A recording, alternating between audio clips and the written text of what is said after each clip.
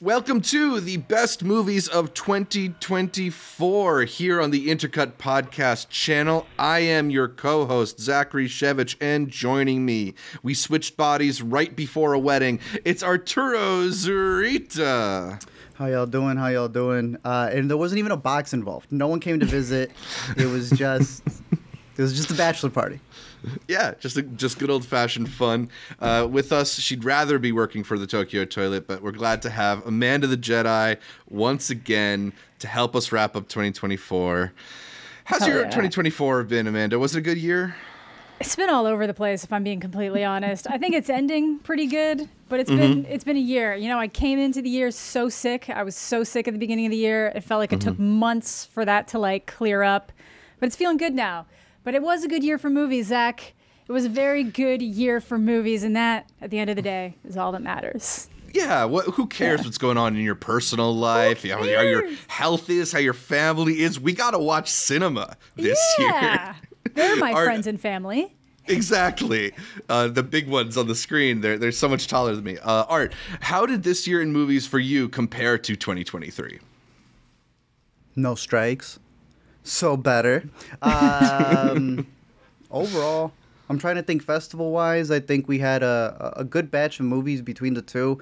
I think every year we do end up getting the massive blockbusters, like last year's Oppenheimer Barbie thing. Maybe not in the same marketing way, but I think every year is a good year for movies, if movies are coming out. Different-wise, not too much. I think next year something's going to happen where I can actually say, oh, there has been a shift, there's been a change. A little bit of a dwindle because of last year and the way things were released, I would say. But still a solid year nonetheless. I think we got a lot more independently released movies in theaters that were able to do a lot better, I feel. Yeah, I think, you mentioned the strikes were a big part of 2023, but I do think the way that we felt them in 2024 was with the major studio releases, and we saw all these big weekends go by without any real significant movie released into 1,000, 2,000 screens.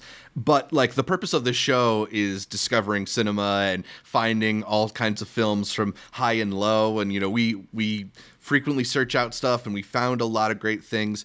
I think the thing with my list, looking specifically in comparison to 2023, I don't know if my list is quite as top heavy as it was last year, where last year I knew a couple movies were for sure going to be top 1, top 3, top 5 for me. But I've got a collection of 15 movies that all feel like they belong in my top 10. I've got about 50 movies that I think are very good times at the theater. So there's been a really good year for movies, even if maybe it's missing some of the big exclamation points. There's a lack of huge films from renowned filmmakers maybe this year, but I still think we have a lot of really interesting stuff to talk about. I got a really big film from a renowned filmmaker for the second time. Yeah, I got at least one. Actually, we got one or two there. Guys. We got one or two of them in there for sure. I got two. I got three. What Zach's trying to say is that there was only one Marvel movie this year. Yeah. And he felt it, bro. He felt it. He felt it. Biggest fan. Yeah, because next year I looked at it. It was nonstop. I just had to call it comic book movies upcoming. There's a lot next year, Zach.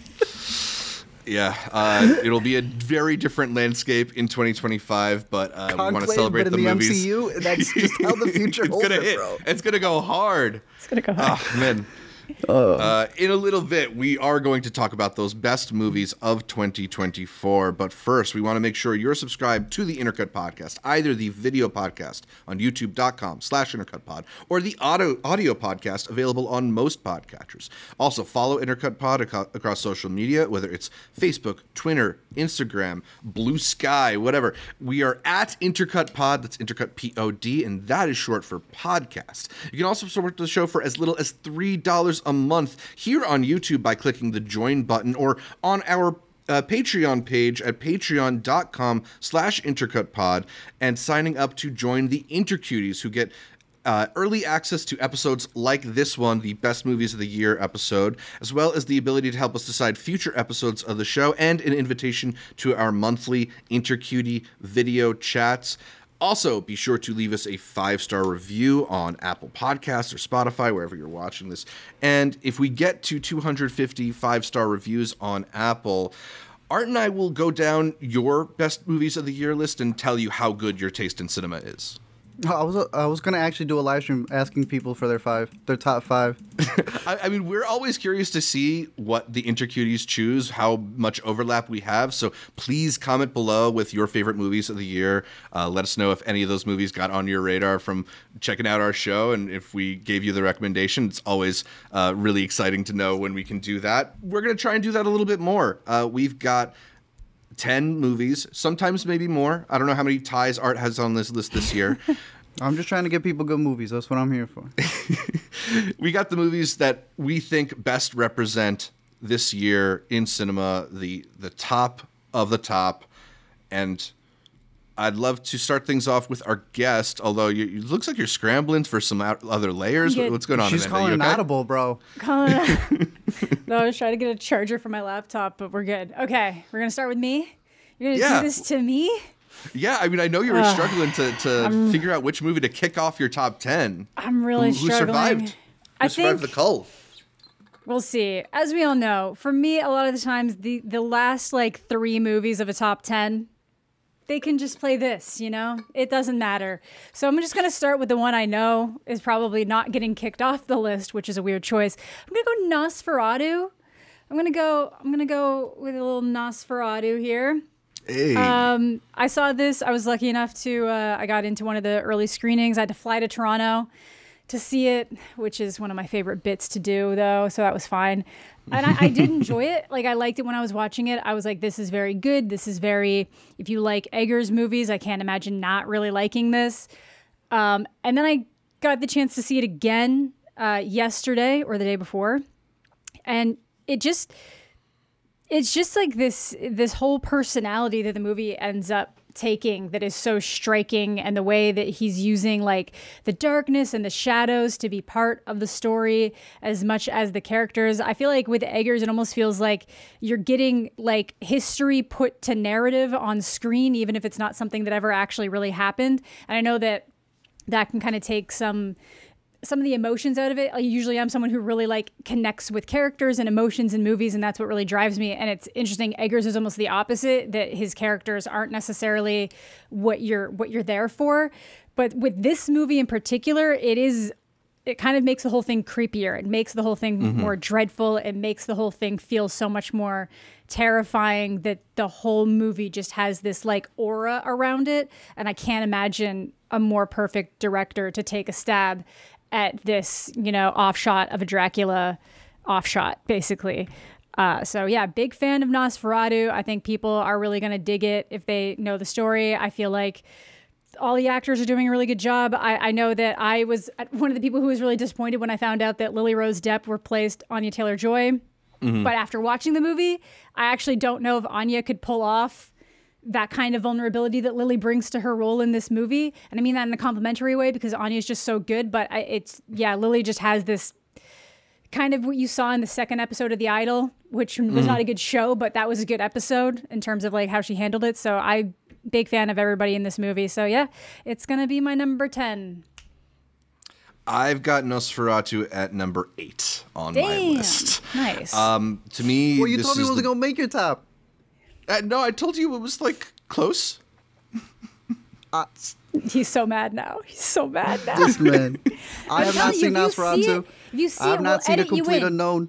We're recording a podcast for the best of the year without the host having seen them all. But Zach said that it was going. I'm gonna see it on Christmas. Yeah, this should drop on Christmas. We'll edit you in. But if you like it, we'll edit you in. You can't edit me in. I will be watching the movie when the episode comes out. This man said it wasn't going to be top 10. We'll add an annotation. Does YouTube still allow those? I'll add it as my number 1. I'll have a 3-way tie as number 1. Look, I think, Dracula stories, vampire stories, they can be pretty derivative. They're honestly always in conversation with the genre, right? They're oftentimes about evolving the genre or subverting the genre. And there's something about this iteration of Nosferatu under Eggers that doesn't feel nearly as derivative as so many others. It feels classical in a strange way, like ripped from an old tomb or something like that. It's got this hypnotic, ominous quality to it, just this feeling of mounting dread and suspense, and really does kind of feel like an evil presence lurking within the film. I'm always blown away by his attention to like historical detail and making things really feel lived in and not like Hollywood shows in a way. Yeah, it literally feels like you walked out in like the 1800s and here you go. Here's your street as that moment. Yeah, it's really incredible. It's so transporting. The cast is incredible. I watched more than half of this movie without realizing that was Bill Skarsgård, but it really is. You can't see it. I knew it was him, and I kept looking and trying to hear it. You cannot tell that it is Bill Skarsgård under there. It's crazy. Yeah, it is an incredible performance and movie in general that feels truly haunted. So I'm glad you have it in your list. I got it number 8 at mine, and Art, I'm sorry. I'm sorry. Yeah, it was originally my number 9. List? Would you have made your list if you hadn't seen it?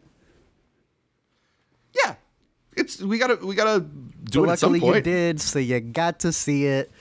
Okay, usually it sounds it's like me. it's so good. Usually it's me that's Don't not make your seeing list, all the ladies good and gentlemen, things. until you see this. Lord forbid you had to rush it out. But sounds like Nosferatu is really good. I think we have at least 2 voices on this podcast that can prove that for now. I guess that's enough. Art, of the movies you did get a chance to see this year, what was your 10th favorite?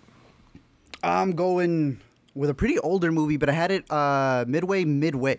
And now, with all the extra ones that have come in, I'm still sticking with it. Pure O, which came out at South by Southwest a couple years ago. I thought was a phenomenal independent film. To me, the reason why we go to a lot of these film festivals where you can get an early premiere to something big, but it's like those little gems, something where you don't even know if this guy's second film is going to be seen yet or when it will come. But Dylan Tucker does a lot of roles in this, following a guy who has a very specific form of OCD and the ups and downs of what he goes through. And it feels very meta. Like there's a lot of moments or elements with the character and what they do for a living that I thought were really profound. But in particular, it's those intimate moments that he has either with his partner. And there's also a therapy scene that happens that I think is done in a way that a lot of movies dealing with, you getting mental health of some sort, they're too scared to kind of like break it down for you on how it would be showcased. But I thought everything in Puro fired on all cylinders, from the performances, even the music that was crafted by the filmmaker as well. Overall, it's the one independent film that I would definitely shout out. Amongst a couple of others that I have here, this one still needed to make the cut for me. So at number 10, Puro. It's very good. Yeah, I'm really glad you found some room on your list for this one. It certainly would be on my list of like hidden gems or underseen movies from the year. Just one of the films that I feel like has done the best job of showcasing how mental illnesses can be this real like debilitating thing in a way that doesn't feel hokey, that doesn't feel too forced or anything like that. Just really feels like unfettered access to his brain, and it's really effective. Very good movie, Pure O. Yeah, I think there was a couple interesting OCD related movies this year, because Turtles All the Way Down came out too, which was more the young adult version and more the traditional type of OCD, but they both do a really good job, I find, at least like depicting what it would feel like to have it and like what your brain is telling you. And it doesn't matter if you know it's illogical, like you cannot snap yourself out of it. So yeah, Puro, absolutely recommend it. That was, I think I forgot at the midway mark that it had come out this year, and I forgot again now, but it's really, really good. Yeah, it's really good. Yeah. All right, so we'll shift from a tale of obsessive compulsion to a different kind of obsession with my number 10. I've got The Brutalist here in this slot. Art, do you have it a little higher, or are you... No, I right now have it as an honorable mention. Same. There's a lot of big movies that I surprisingly have as an honorable mention. Same. Yeah. It's hard to figure out what movies need to make the cut. I decided Brady Corbett's massive movie should just justify a place somewhere on this list. It is a really impressive achievement, and it's so captivating from the go. Like, I think particularly that first half is so riveting on a story level, on an acting level, on a visual level, on the sound level, with perhaps the best score of the year. I'm having a real tough time choosing between this and Challengers, but they're phenomenal both. It's a really complex film that takes on huge subjects like the American dream, the immigrant experience, the relationship between art and commerce, particularly the artists whose work is rarely appreciated in their day, and the people funding that art, and that sort of negotiation between them. It's really fascinating and pretty funny for Corbett to sort of make his statement on the value of art within his own kind of grandiose piece of art. But I found it to be really, really riveting and stimulating and just thought-provoking. And it's got, this incredible Adrian Brody performance at the center of it, not to mention Guy Pearce, who's fantastic in it. I think the highs of The Brutalist are perhaps some of the highest of any in movies this year. So I had to include it somewhere on my list. I got it at number 10. That's fair. You see it going up? You see it bumping out? That's the thing, right? Like, with time, I could see both my appreciation for it deepening and also me just being maybe less blown away by it. I don't know. These lists are not set in stone as much as I would love them to be. This year in particular, I found it hard to be really confident in my placement. Like, I love my top 15, but I don't know what order they should be in. I fully agree with that. I think with The Brutalist for me is I've seen it twice now, and like the same problems I had with it the first time were still problems I had with it the second time. And for me, it is like parts of that second act start losing it for me. That's crazy. I'm a second act lover. Most I people think the second act is strong. But I heard the opposite. All y'all came out of TIFF saying that like the second half was, and I think maybe that's I got prepped for that. That's probably that's probably it. But I think my issue is that I don't really like Felicity Jones in this movie, and that is an unpopular opinion. And that's most of the second half. I found out that originally the role was supposed to be for Marion Cotillard, and I can just think, I don't know if it's a Felicity Jones thing. I don't know if it's how she's written. I don't know, because I like what her character's function is. But for me, for some reason, the more she's around, the less I like the movie, and I don't know why that is. No, sorry, but it is still like a master class of a movie that is kind of firing on so many different cylinders and saying so many different things. And I just like how there's like one last line to the movie that can either be a really sad way to look at things, or also just a very interesting way to look at things in terms of the creative process of like, it's when it all comes together that it matters. But I just find it interesting, depending on like where you are, you might read into that last line differently. It's also in my honorable mentions because it is still a very, very good movie. Yeah. I think I was just like hoping for a little bit. I don't know. I don't even know. I don't know. Yeah. Well, I think it's one that definitely will age pretty well. I agree. What's it called? When it comes to like the background of the story, like Zach was saying about it being about art and stuff, I had recently seen him talk about how him and his wife, who wrote the project with him, they recently had gone through something so bad. Or prior to this movie, they went through something so bad making a movie that's what got them to write The Brutalist. And if you've seen The Brutalist and you know what that creative is going through, I can only imagine what BS he went through. Sacrificing your salary to get something done. And as we were watching it and we had the Q&A for it, someone had asked like for him to kind of explain it a bit more. He goes like, I don't think you get it. If I had words, I wouldn't have made this 3-hour movie. But that's everything I have to say about what I went through. And I'm like, damn, bro. Okay. I see you. Yeah. So. Yeah. It's also just so exciting to see our guy, Brady Corbett. Corbett, did we decide? Corbett. Graduated. I got to shake his hand. I was like, I just call him B-Boy. Like, what's up, bro? Dude, I kid you not, for the movie that this is, you would never expect in a million years that he'd be that chill. I can't believe it though. I feel like I feel like you have to be that chill to make this movie for $10 million. Like, but a lot of times you don't think so. You see something like this and you think you're going to see some like snooty director or whatever. Right. I think he's gotten chiller over the years. Nice. Like from going from actor to director, but like the way he's directing now, my man is just as cool as a pillow.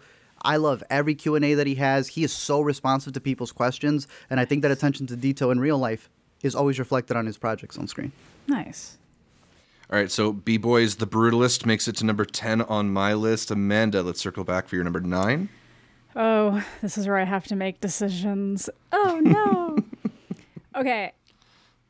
I'm only going with this one because Art is going to have the other one I'm debating way further up on his list. So I'm going with, this was the debate of the 2 C's. I'm going with Civil War over Conclave. Wow. And I will say, I do think Conclave is a better movie.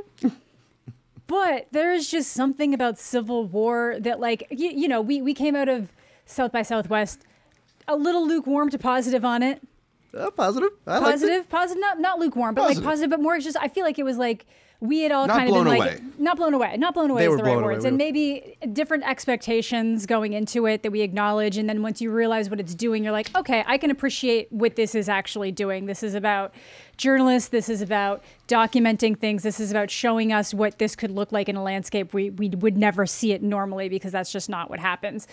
And then I just find the more I watch it with, you know, the appropriate framing in mind, the more I appreciate the movie, the more I like it. Whereas I find like the more I watch Conclave, I'm like, yeah, that is just as good as the first time I saw it. I don't feel like I necessarily notice new things. I don't feel like, but whereas Civil War, I just feel like every time I see it, I kind of like get a little bit something out of it. So I'm going to put, technically this would be my top 10, and maybe Zach, I'll get you to reorder. I'll put Civil War at 10 and Nosferatu at 9. Cause that's, I hate decisions, man. It sucks.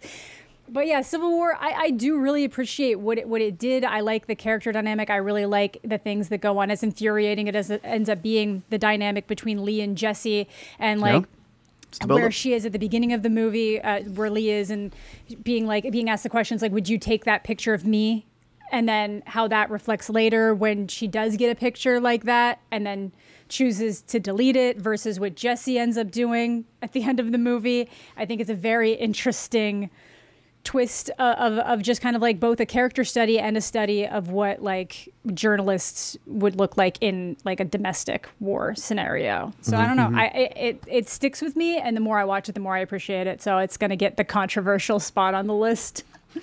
She had asked us, she's like, which one's getting more comments? And I was like, our Conclave Hive. We're pretty respectful. Exactly. With the Civil Wars. That's what I mean. I love think we're still getting comments for that one. Conclave was like my number 2 of my TIFF list, and my TIFF list is all here. So you know, knocking Conclave off is actually. What you got against the Cardinals? That's what I mean. No, I love it. I literally love it. I think it's so fun. But I watched Conclave and Civil War yesterday, and like Civil War kind of left my brain chewing a little bit more than like I've seen Conclave. I get Conclave. I love Conclave. I don't know. I'm giving Civil War the nod just for right now. That could be a recency thing too, because I just finished rewatching them. But yeah.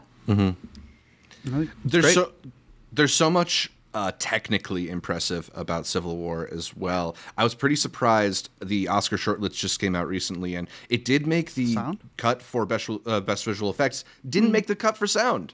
The sound category is weird this year. That is kind of crazy, bro. That's the first one I thought of. No, it's weird. You did not get it. What the? No, if you think about the things that should be in sound, it's probably not there. There was a silent movie in that category. This year is ridiculous. I think they're going to appreciate it more with Warfare. Right? Because I've been seeing a lot of people look at it, and that's got a pretty strong cast. Yeah. I think once that one comes out, people take away their assumptions, I guess. Keep going, Zach, but there's something about, if this is the one time we're talking about Civil War, I'm glad it is being talked about in the top 10. It's an honorable for me. It wasn't on my list halfway. I've been defending the movie as well, but yeah, that's the thing. It wasn't even on my midway. I think it's how people have, like you said, gone back to see it and go, oh, now that I get what it is, here's how the wheels turn with it. Here's what the character motivations are and the such. But as Zach was saying for the movie, yeah, I mean, I think, you know, even if I have some issues with some decisions in the movie, I think there's like a few really undeniable moments where you just get so pulled in, and you can't blink even. And it also gives you so much to chew on. You know, we had a long discussion on our channel after South by Southwest, and then continued to talk about the movie for weeks after, because I think it just lends itself to dissection. And that is something that I really value in a movie. So cool to see Civil War make number 9 on your list, Amanda. Art. There was a line he said, if I may, for Civil War. Please. Where he had said a lot of people keep taking it in a certain way, thinking that it's left, it's right, it's left, it's right. And I think that's where it's become a Rorschach test for a lot of people. Yeah. There was a quote that he said that blew me away where he's like, a lot of people think that it's about one side or the other, but it's about extreme and not extreme. Yeah. I realized at a certain point, people were able to justify whatever side they were on until they went fully to the right or whatever, or fully to whatever the fringe was. And he goes, nah, that's where I needed to step back and realize that there's extreme and not extreme. That's where it goes. And that people don't want to see themselves in the middle. And I think people who are very much on the extreme went, ew, no. And that's why I feel it was like a Rorschach test. But I think this is one that's going to age well. You know that people got a movie misconstrued when they're going, oh, what, war's bad? Really great message. That's not what it's about. But even if it was, how jaded are we that we think saying something with a SpongeBob attitude is going to change it? Oh, your love story? What, we haven't seen a love story? Bro, those are movies. Yeah. And I think the way that this was able to showcase it is that no matter what, there's phenomenal scenes. What kind of American are you? Oh, my God. Who's shooting at us? Yeah. Or why are you shooting at them? Because they're shooting at us. It's all different things that are like the easiest things that people needed like to be hand walked for. As I was telling you guys prior to the podcast, people have been coming out going, oh yeah, I had that wrong. Oh yeah, Antifa doesn't mean what I think it means. It actually just means anti-fascist for what is going on in this story. The rules between Texas and Cali, and even more so the flags that were established with people just having through and through misinformation in a movie that's saying, guys, when you have your mind set, you're probably not going to change it. And it can lead to something like this. And then, I don't know, it's almost beautiful that it got the reaction it got, because what else would you expect? Yeah. And to be honest, you think of classics and you look back, they never get universally loved. Everyone just pretends like they are later. Yeah. So Civil War looks like it's already starting up to be the classic that it needs to be. Man's got 3 movies coming out next year that he's associated with, and everyone's already excited for them, so I feel they've uncanceled him. The canceling of Alex Garland was the dumbest thing I've ever seen in my life, too, for what they accused him of.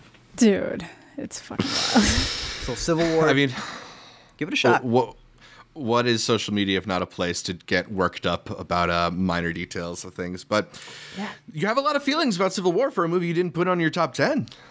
For a movie I have in my honorable mentions. That's because so it's a big year. It's a stacked year, you know? I like how Zach's like, don't tie stuff. What's wrong, buddy? Why is your 11 not in the top 10? Why are there 20 movies in your top 10? You know what? So what did Zach's make the cut, man? At number 9, Civil War, baby. We got a tie! Civil War comes in at my number 9 alongside I Used to Be Funny. A movie. Hey. Ooh, yes. That I'm sure is going to get mentioned later. It is. So I'll just leave it there. This was the top out of a festival, just like Puro was I think actually from the same festival right underneath Same festival. So that's crazy that those two have kind of stuck out through it. But there's some other indies maybe this year that could have taken its place that weren't out. Some indies that'll be above. I'm surprised that it was a little bit lower. It was my movie of the summer because it just got like a really weird release. It is available at home. What's great is that you keep seeing it, and obviously Rachel Sennett continues to get bigger. Yeah.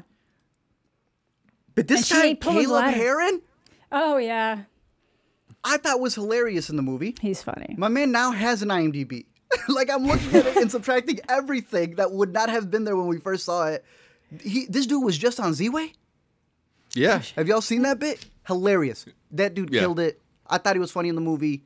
And now he's about to be a star. And it's one of those weird things when you go back, and if anyone ever catches this movie later and they go, oh my gosh, how did I miss this one? Because you weren't subscribed to the Intercut podcast.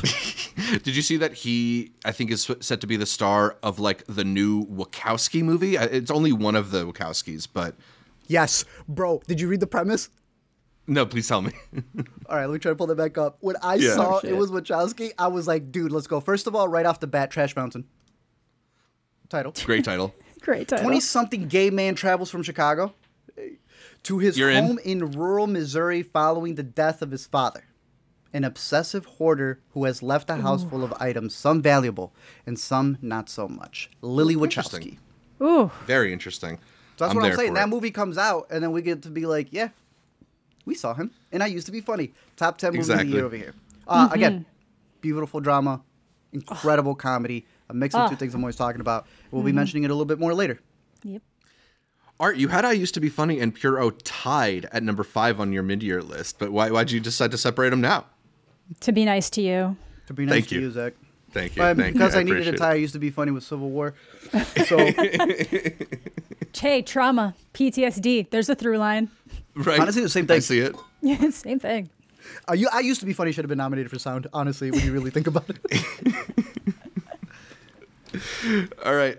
From I Used to Be Funny to maybe the funniest movie on my list at number 9, I have Hundreds of Beavers. The absolutely delightful slapstick adventure that is like a beautiful mix of Buster Keaton, Jackass, and a Wile E. Coyote cartoon. It is so funny, so packed full of like hilarious physical gags. Like you keep thinking that they've reached the apex of what they can do with this idea, and then they find some new like nuance to it, some new really silly idea to explore. And I think the thing about Hundreds of Beavers is that like, you know, I've kept returning to this movie, and it's available on Amazon Prime now, so it's really easy to kind of just throw on in the background and watch 5 minutes and laugh and then return to whatever you're doing.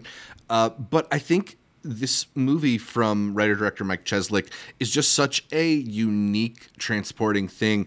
We see lots of movies for this podcast and for our lives and stuff, and it just feels so rare to get something like this that feels completely independent of the rest of the film world. It does not feel like this is a movie that is borrowing much from contemporary cinema or trying to emulate much in contemporary cinema. It is completely its own voice, its own vision, and it's in a way like an announcement of an immense talent too. So I've really enjoyed this movie. I'm really inspired by how unique it is. And I think it's easily one of the movies that represents this year to me. So I got Hundreds of Beavers, number 9. Hell yeah. Great pick. Fantastic movie. Live action Looney Tunes is what we need. I saw the behind the scenes to it. These people just had one green screen. It's absolutely insane. I think the one trick that got me was there's a bit where he goes fishing a lot, and he's got these little worms.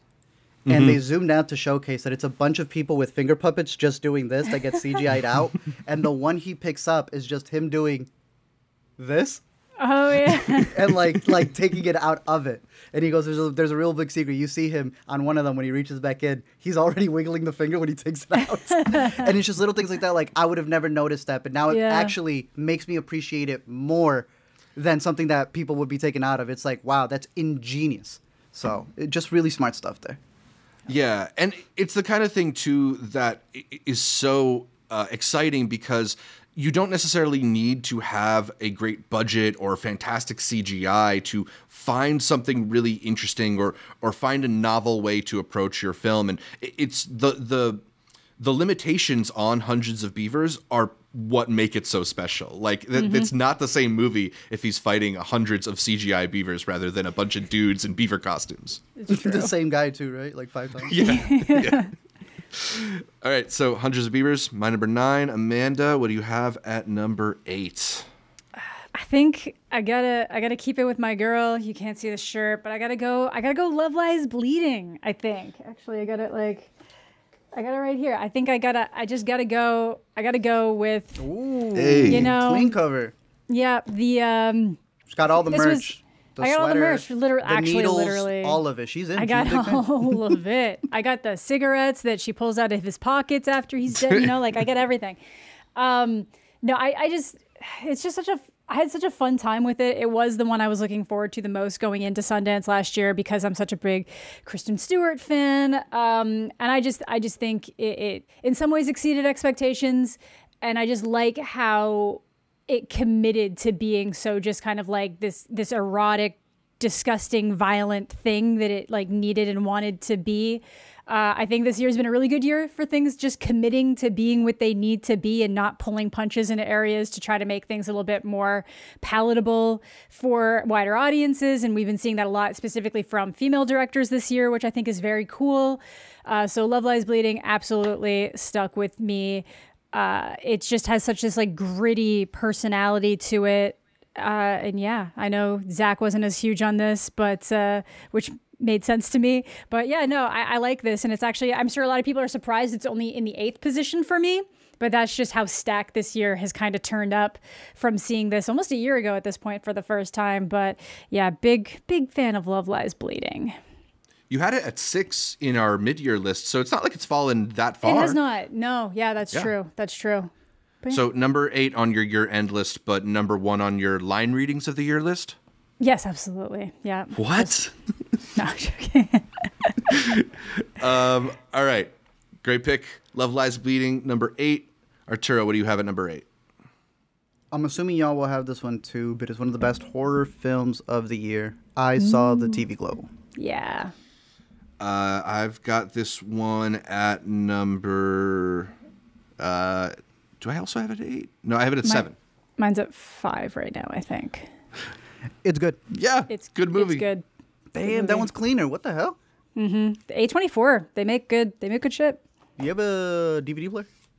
Yeah, I do. Can you imagine like having all of them and then the DVD players of the world just break? We're screwed. Dude. No, it's cool. That's why you have to have a PS5, a 4K player. You're good. You got PS5 everything. is the way to go for sure. Is that 4K?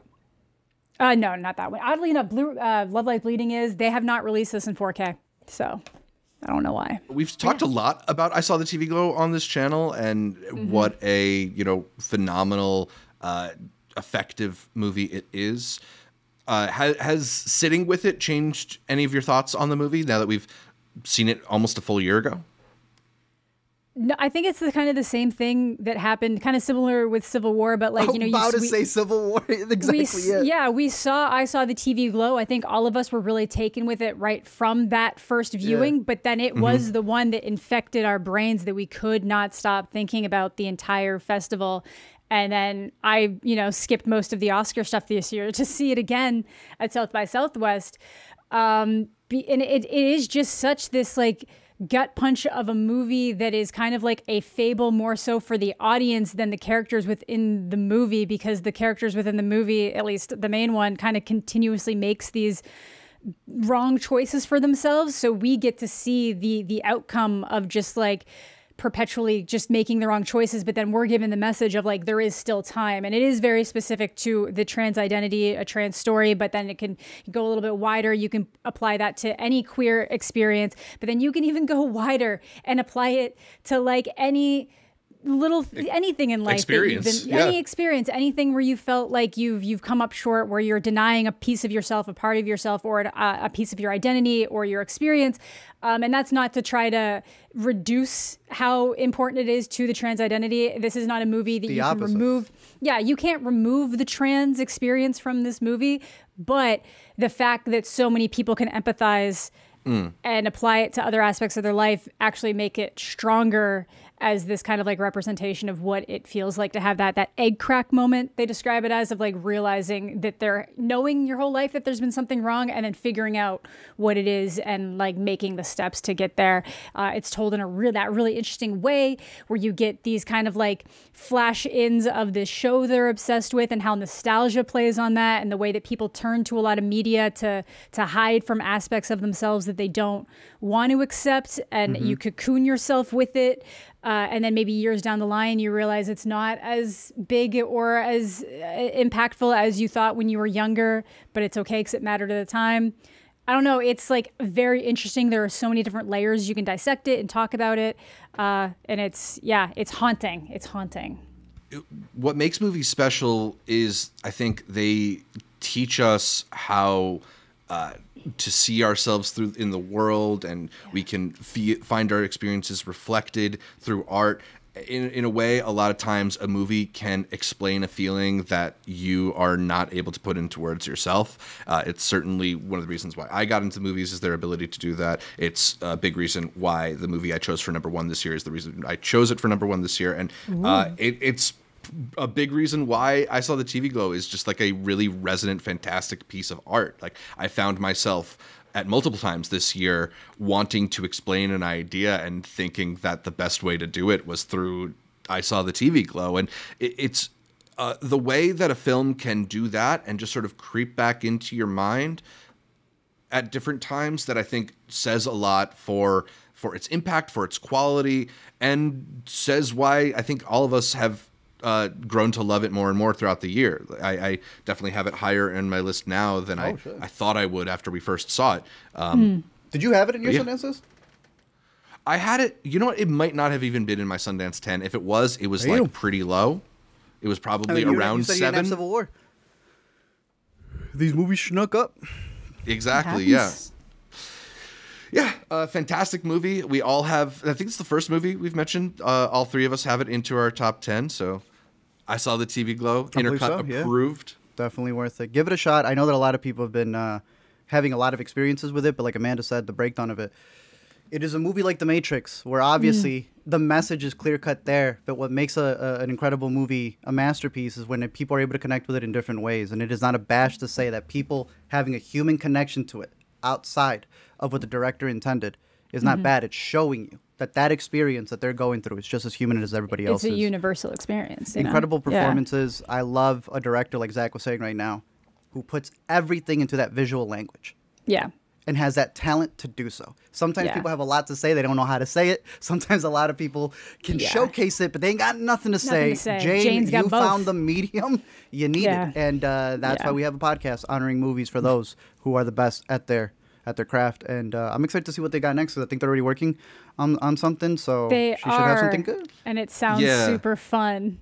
Yeah, I think I saw it described over the weekend as Portrait of a Lady on Fire set in a Friday the 13th sequel. Yeah. Okay, it's the camp one, right? That's all I heard was camp. Yeah. I did not hear those two words, but let's go. I'm on board.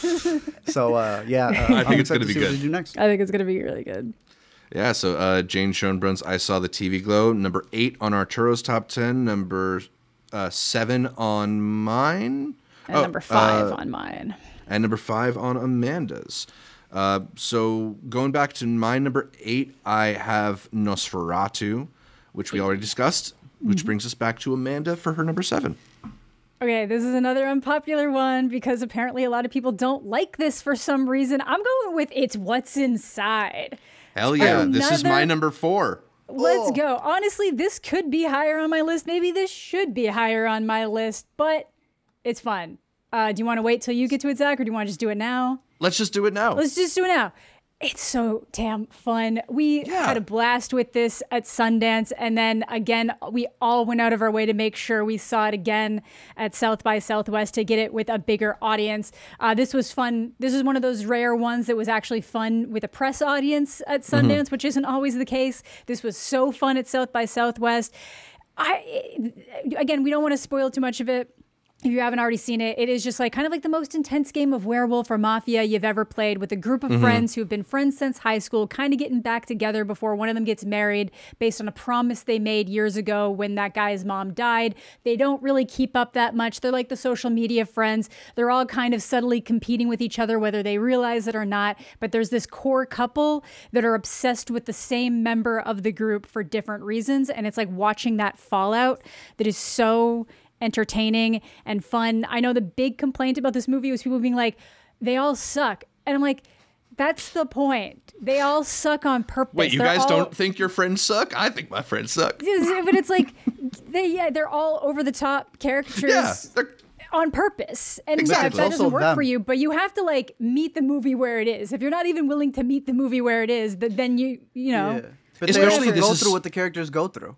Yeah. Like, it's not even about your friends sucking. It's like not. You're bound to be one of them on screen.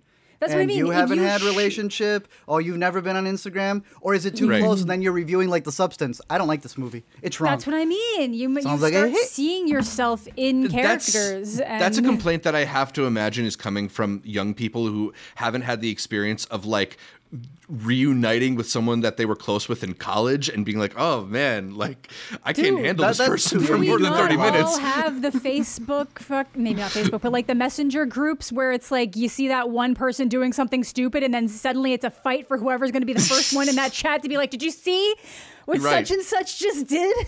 Yeah. It's like an unfortunate fact of life.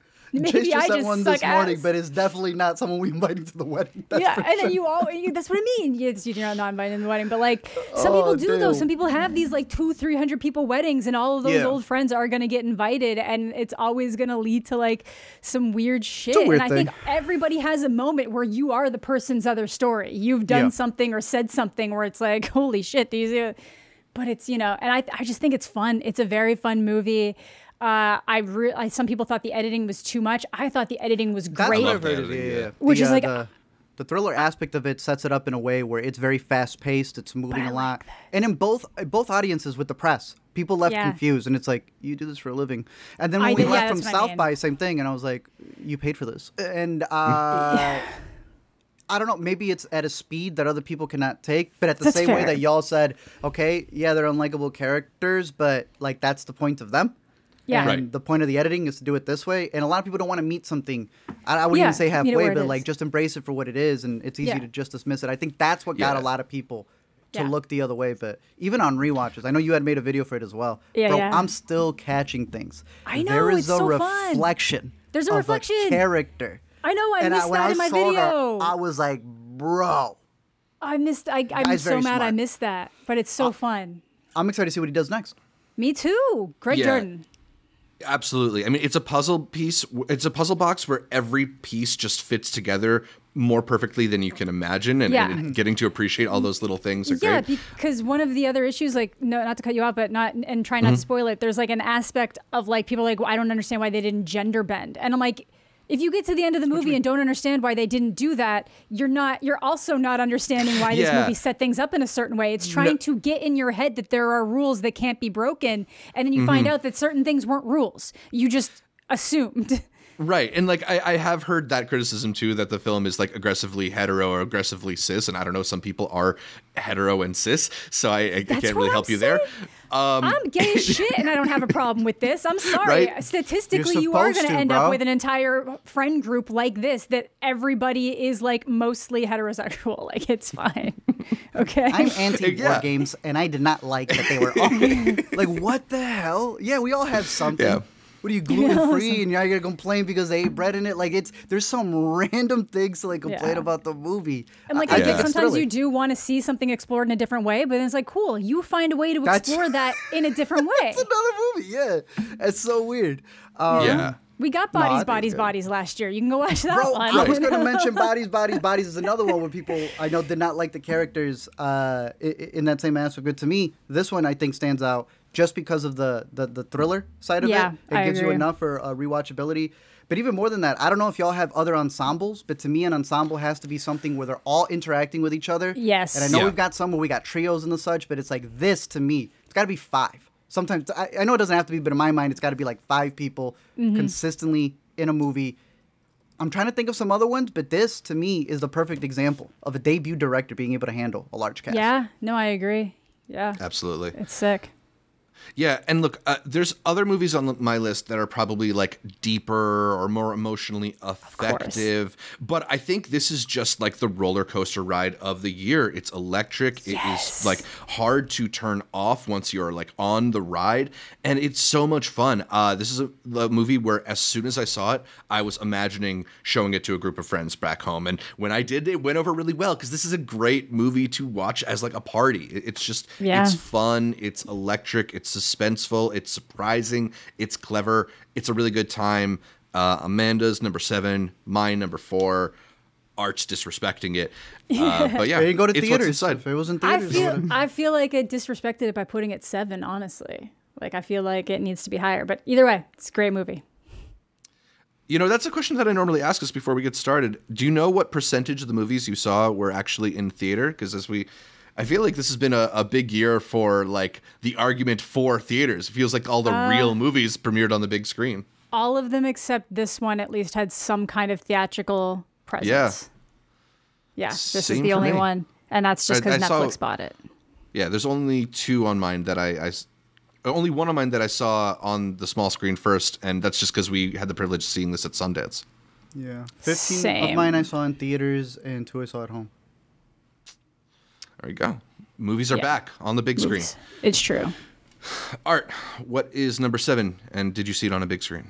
We did see it on a big screen back when Oh, it came we- out in 2023 at South by Southwest. Was going to get an Ooh. August release, and then all of a sudden the strikes happened. A24 pulled it. They said, no, siree, go work on your HBO show, Julio Torres. Problemista will now be coming out at the beginning of the year, and with that, I cannot deny my man's movie. Hell It was supposed to come yeah. out last year. It did get its limited release run earlier this year by A24. Let me get you the exact date over here because for a second I didn't think it was going to come out. But they pushed it till March. We were out at South by Oh yeah. watching new movies Yeah. when this South by selection came out. And I think it is a fantastic film from the creative mind of Julio. And it is on Max as well, where he has his other show, Fantasmas. Los Spookies. And I thought that this was an incredible way to take his talents and put it in a movie where he plays an inspiring toy maker who has various ideas, but the first thing he's got to come up with is a visa, a green card. He needs to stay here, and he's doing everything possible, and that's when he comes across an art collector, wife of an artist, played by Tilda Swinton, and I mean, born to be collaborators. These are a duo that I want to see over and over and over again. He unlocks something in her that we've seen other directors kind of bring out, but damn, it's like she's in a playground with this man and they're just going all over the place. The editing is great. One of my favorite scenes dealing with an ATM machine that goes all the way to the credits if you stay around for it. But it also has some pivotal moments that like really stick with you. There's a sequence visually showcasing a staircase and how it embodies how he feels trying to just make it out, and the lighthearted way to cover such serious topics, I thought was great. And I have to put it on here with its limited release. I was gonna mark it as an honorable, but I'm like, nah, it's a full release this year. Number 7, I got Problemista. Hell yeah. Yeah, I feel like a lot of the things that I said about Hundreds of Beavers, about how sometimes you see a movie that just feels like completely unique in its vision, a voice that's completely singular. You could apply all that to Julio Terrace and all the projects that he's worked on, but Problemista particularly. I love that sequence where he's navigating the immigration experience by crawling through different offices. It's just so wildly imaginative. Great pick. Glad you had it on your list. Problemista at number 7, which I think brings me back around to I Saw the TV Glow at number 7, which we already talked about. So I have to pass the reins back to Amanda for her number 6. And we're gonna go with I'm gonna go with The Substance. Hey, I'm gonna go with The Substance. This is one that it's another one that's grown on me a lot since first seeing it. I liked it at TIFF a lot, but I felt like the last act originally kind of started pulling away from it for me when it kind of fully goes off the rails. But then it's kind of like watching it more and realizing that final scene happens that way because it is throwing that gaze back on the audience. It's all like, here is how you were perpetuating this cycle while watching this movie, while we're watching Margaret Qualley looking at herself in the mirror with the prosthetic boobs they've put on her and the prosthetic butt they've put on her to make her look a certain way. And now we are literally throwing that right back in your face while being aware that all these things are happening in society, you unintentionally or intentionally play into it just as much. I think this is a really good look at that self-hate that so many people get towards themselves and the violence we inflict upon ourselves mentally and physically to either try to maintain beauty standards, especially women, that aren't possible. How you fall down all of these like rabbit holes trying to prevent something that is not preventable. That is, there's tons of actresses that you see falling victim to this every year. Some that I think will probably maybe start talking about it, hopefully, that are pretty big name actresses this year, because we've already had Courtney Cox come out saying like, you literally lose sight of yourself and you just keep doing things. And it doesn't matter if people tell you you look bad, you don't have an accurate vision of yourself anymore. So it's these impossible standards that people try to maintain. And that's really what The Substance is looking in on. And then how I think my favorite aspect of it though, is that, she gets this thing that kind of lets her live the younger, more perfect, more everything version of herself, but then ends up in the exact same position she was in before. Because instantly I'm trying to think, okay, based on these rules, they could come up with a really good system of how to make this work for them, and they could like dominate the entertainment industry. She immediately goes out and auditions for the job she just got fired from. She immediately puts herself back under the same person who just discredited her entire career and life and value. And I thought that was actually the most interesting position, that you can be aware of all these different things happening, but you were so desperate for that validation that you will put yourself back in these horrible positions and situations, and it's impossible to escape. You can be fully aware of all these things and you're still going to look in the mirror and be like, oh no. Oh no. Oh, the gray. Yeah. So I think it's really good. I think Corley Fauja fucking knocked this out of the park, and it's getting its accolades more crazy, so than I expected. Yeah. Hell yeah. Hell yeah. Yeah.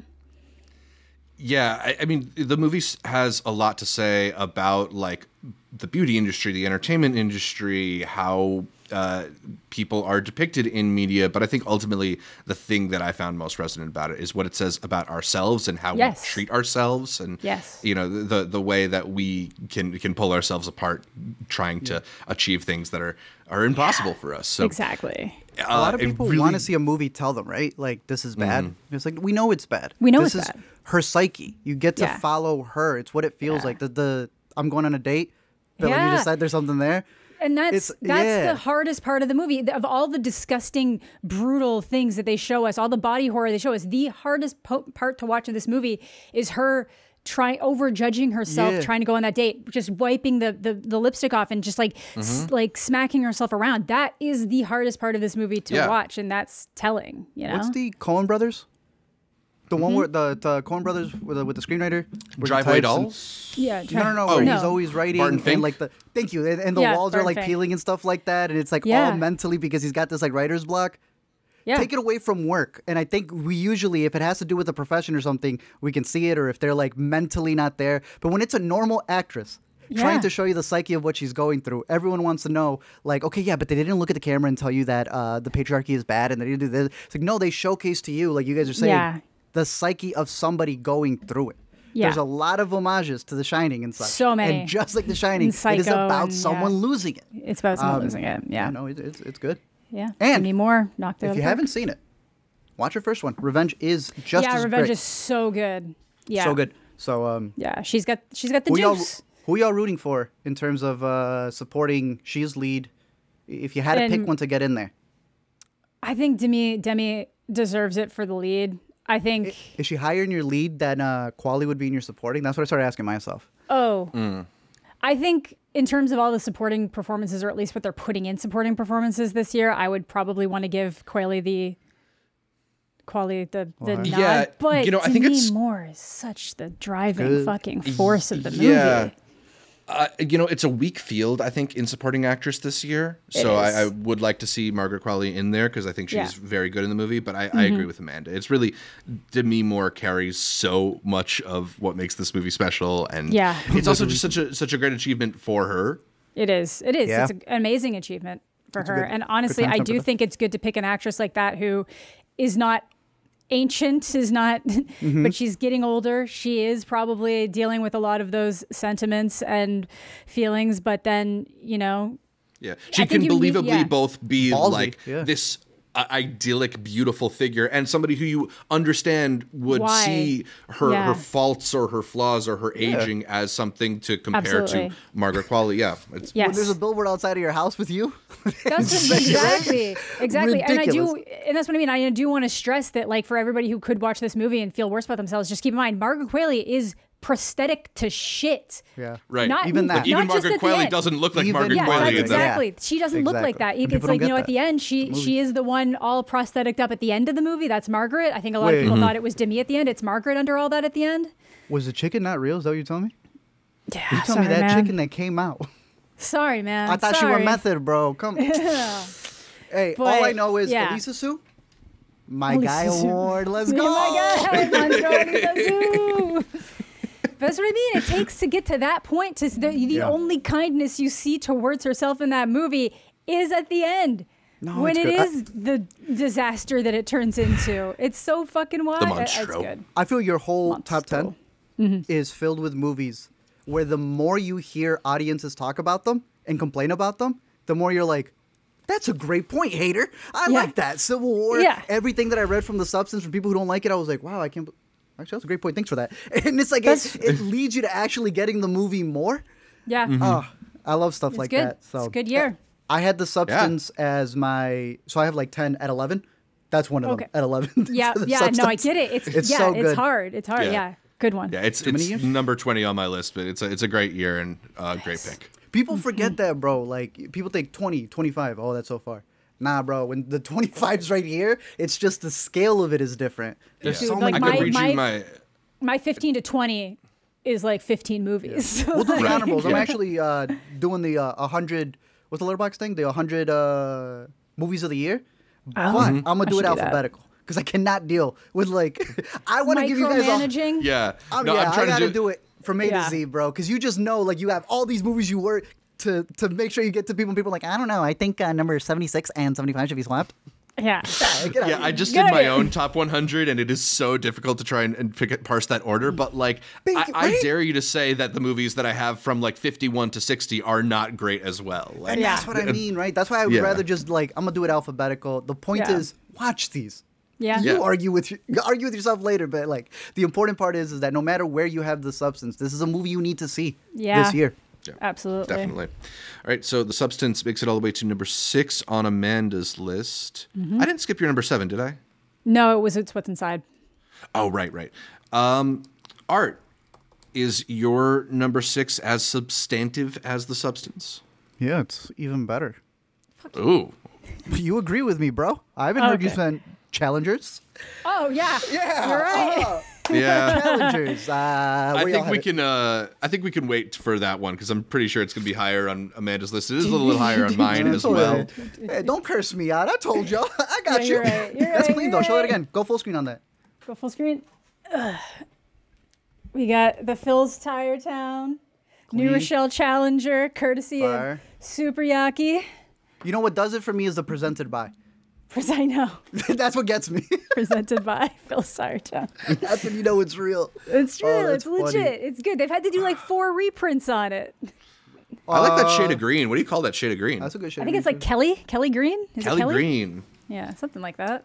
I'll ask them what the official color was on it. That's nice. Nice. Thank you. I love it. All right. We will circle back to challengers. It is Art's number 6. My number 6, I'm going to go with a movie called River. River is the new film from midway Yuta through it. Yamaguchi. What you got? I'm midway through it. Because you recommended it. man. It's open on my tab if I were to share my screen. Damn. It's good, I haven't bro. caught that You one enjoyed yet. it so far? Hey, I just had to hype you up. Go. Man, it's a it's really on great Tubi. movie. Okay, that's very cool. It's very accessible. Anyway, so in 2020, Junta Yamaguchi released a movie called Beyond the Infinite 2 Minutes. And I thought it was this like incredibly crafted subversion of the time travel movie, because it's a movie in which Yes. a guy is only able to look 2 minutes into the future through the use of like a CCTV camera, and it just ends up being this really delightful kind of farcical sci-fi comedy where like its cleverness is just off the charts. And this dude just went and like ship of Theseus'd his own movie. He's taken most of the cast from the last film, Hell yeah. and the same like sort of verve and panache of that one. Restaurant, yeah. Exactly. And reassembled it into a movie called River, which is about a group of hotel workers at a resort who, as they're taking care of the different guests, find themselves caught in a 2-minute time loop where they keep returning to where they were 2 minutes Just ago. in that I love area, it. too. It's so It good. is- and It's so like, good. It's the kind of thing that should feel so limiting and restricting and kind of repetitive, but they it's keep not. finding these amazing nuances to it and clever little ideas, and they're able to build and build and build on the premise. It is so delightful from start to finish. It just feels like like a hilarious kind of doors opening, doors closing comedy, old school in that sense. I really just love his tone and his style. I'm such a big fan of this dude now. And if he wants to just keep like remaking this general idea, if it's going to be half as clever as these first two have been, I'll be watching all of them. You're just gonna River- catch I'm him in English excited. now. Exactly, so right? excited to Adapt see himself, this. Yeah, you really like the what was the first one called? Beyond the Infinite 2 Yeah, Minutes. 2 minutes. I thought that was Yeah. good. It's good. It had me very curious on it. This is better, bro. Everything that he did in that first movie is just firing on all refined. cylinders. This is the one I forgot to watch. Through and through. No, it's good. Like I said, I literally have it open right now. Zach had mentioned the Prime one being a little off because I don't like Prime and the way that they stream some stuff. And you had said the subtitles Yes. were kind of off. they're Tubi weird. so far has been a lot better and it's free. So, and I remember this premiered at Fantastic Fest. A lot of people, I think Elliot had seen it as well, and he came out raving about it on Letterboxd, and I was like, Nice. I'll have to wait 2 years to see it. But it's Yeah. available Hell yeah. thanks to streaming. Very good from what I've seen. I'm on my last 20 minutes. I had to pause it, but Got my tab open right here, bro. Nice. Good pick. Yeah. It's such a good time. I hope more people check it out. It feels like it was very unceremoniously released here in the States, but Tubi, bro. I know. Yeah. Like, yeah, that's a pretty big. It did, and it had a good festival run, which is, I don't know, it sucks. Surprising. That does, yeah. Yeah, so give it a shot. My number 6, River. Amanda, what you got? My number 5. We already talked. Yeah, was TV Glow, so we can slide right on by. Turn the TV glow. Art, what you got at number 5? Furiosa, a Mad Max Saga. Let's A go. movie that I know did not do the numbers people wanted it to. No. I don't believe it's going to follow up with other things, but I don't know. There's always hope. I thought it was a great way to expand on a character in a time where we've got Mufasa, the Lion King, and we've got a lot of prequels and such. I am never against the concept of sequels, remakes, adaptations, all that stuff. All that matters is if you do it well. And to me, this was easily done because it was all the backstory that they had already prepped for Mad Max Fury Road. And knowing that they kind of had 3 stories going there, I think the only wrong decision they made here was they didn't do the Max one first.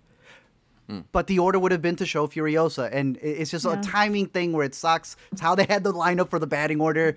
I think it would have done a lot better if people just got the Max movie that they wanted.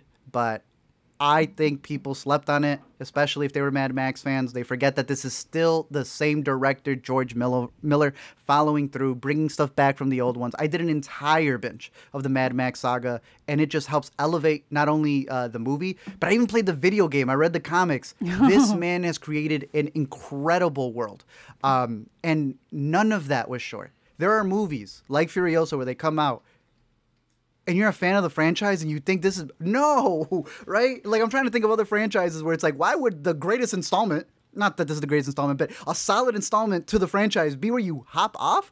Something weird is happening here. The colors here pop. The performances, especially, surprisingly, from Chris Hemsworth. If you can act like this, buddy, stop taking Ghostbusters. Stop taking all these other roles when you can do something as eccentric as this. You're still using the muscles in it. You're still using your persona. I love this movie. I thought it was great. Some of the cinematography in this, the way he moves the camera, you're like, can you do that? When I was seeing clips come out in HD, I swear I had never seen that in the theater. I was like, I don't remember it moving between parachutes and stuff. It just like, it reminds you like, whoa. Like some of the Civil War scenes, you watch them again and you're like, it was this clean the first time? I like everything about Furiosa. I hope it continues the Mad Max saga.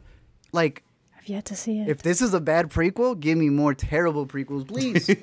I haven't caught it yet. I do want to. I just haven't even seen Mad Max yet, so I need Fury to. Road? Yeah, no, I haven't seen. Do a binge. I haven't seen. That's my plan. My plan is to do the binge, but. The thing is, you're just kind of talking about like they filmed it like that. I can't remember what director it was, but it was like a very big director being like, I don't understand how he made that movie. I don't understand how George Miller made that movie. I think it was Soderbergh of all people who said that.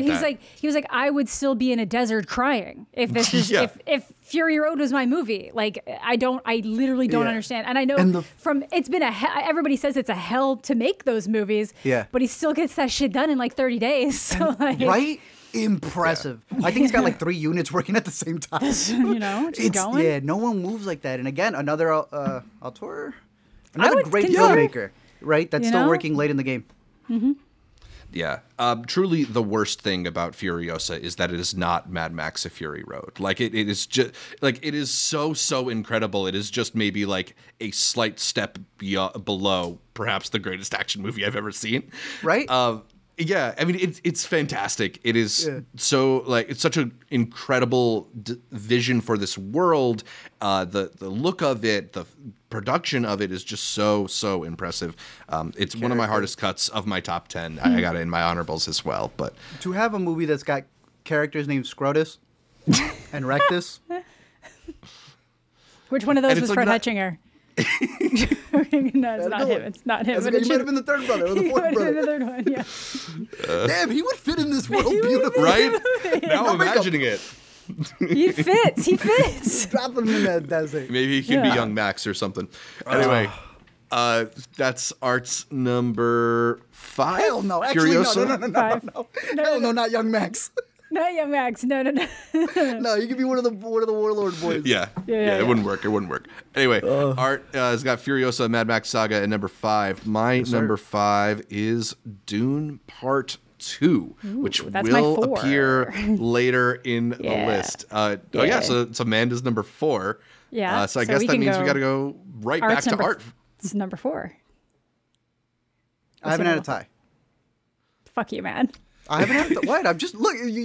Look, I gotta. Like you learn to like adapt in relationships, right? And like I've learned to just to give him one. You got to give him one. Yeah. Let him tie one. Okay. Which is why I have a 5-way tie here. No, these two are very. Look, I'm gonna call this my ingenue Ellis slot. Nice. Okay. She is both supporting and exhibiting forgiveness. Yes. And I know Nickel Boys isn't out yet. That was the reason why I had to bring it up over here. And so this is the slot that I'm gonna pick it. So I wasn't sure because I saw people complaining. I was like, it'd be really nice if we could see the movie. It's in this limited, and the Brutalist right? are like the two big ones, but Yeah, it has to count for limited. this year. We can't be doing this thing to put it for the next year, but it's hard. Yeah, I'm combining both of these together because I feel a lot of people have not given exhibiting forgiveness true the credit, and to me, it's just as powerful as Nickel Boys. Has a shared agree. supporting performance, and more than that, it's I think a lot of people see like the POV shots of Nickel Boys, which is all great, and they think like, okay, we'll go with this one over this. All We Imagine Is Light is a movie that's getting a lot of traction right now. But that same actress was in Girls Will Be Girls, and it's a much better movie, but this is the one that has been picked. Luckily, these are two movies that are incredible. Yeah. And I'm going to put them both here as something to highlight. If you've heard about one and not the other, or vice versa, or if you haven't heard of them at all, Ingenue Ellis kills both of these roles. And to me, spoilers, that's my guy right there, supporting up-and-coming filmmakers, because it wasn't just with exhibiting in Nickel Boys. She was also in the Supremes one. And then Alina reminded me yesterday. She was also in The Deliverance, but she's the one who gets the line, the nappy line said to. So technically she's the best part of the movie.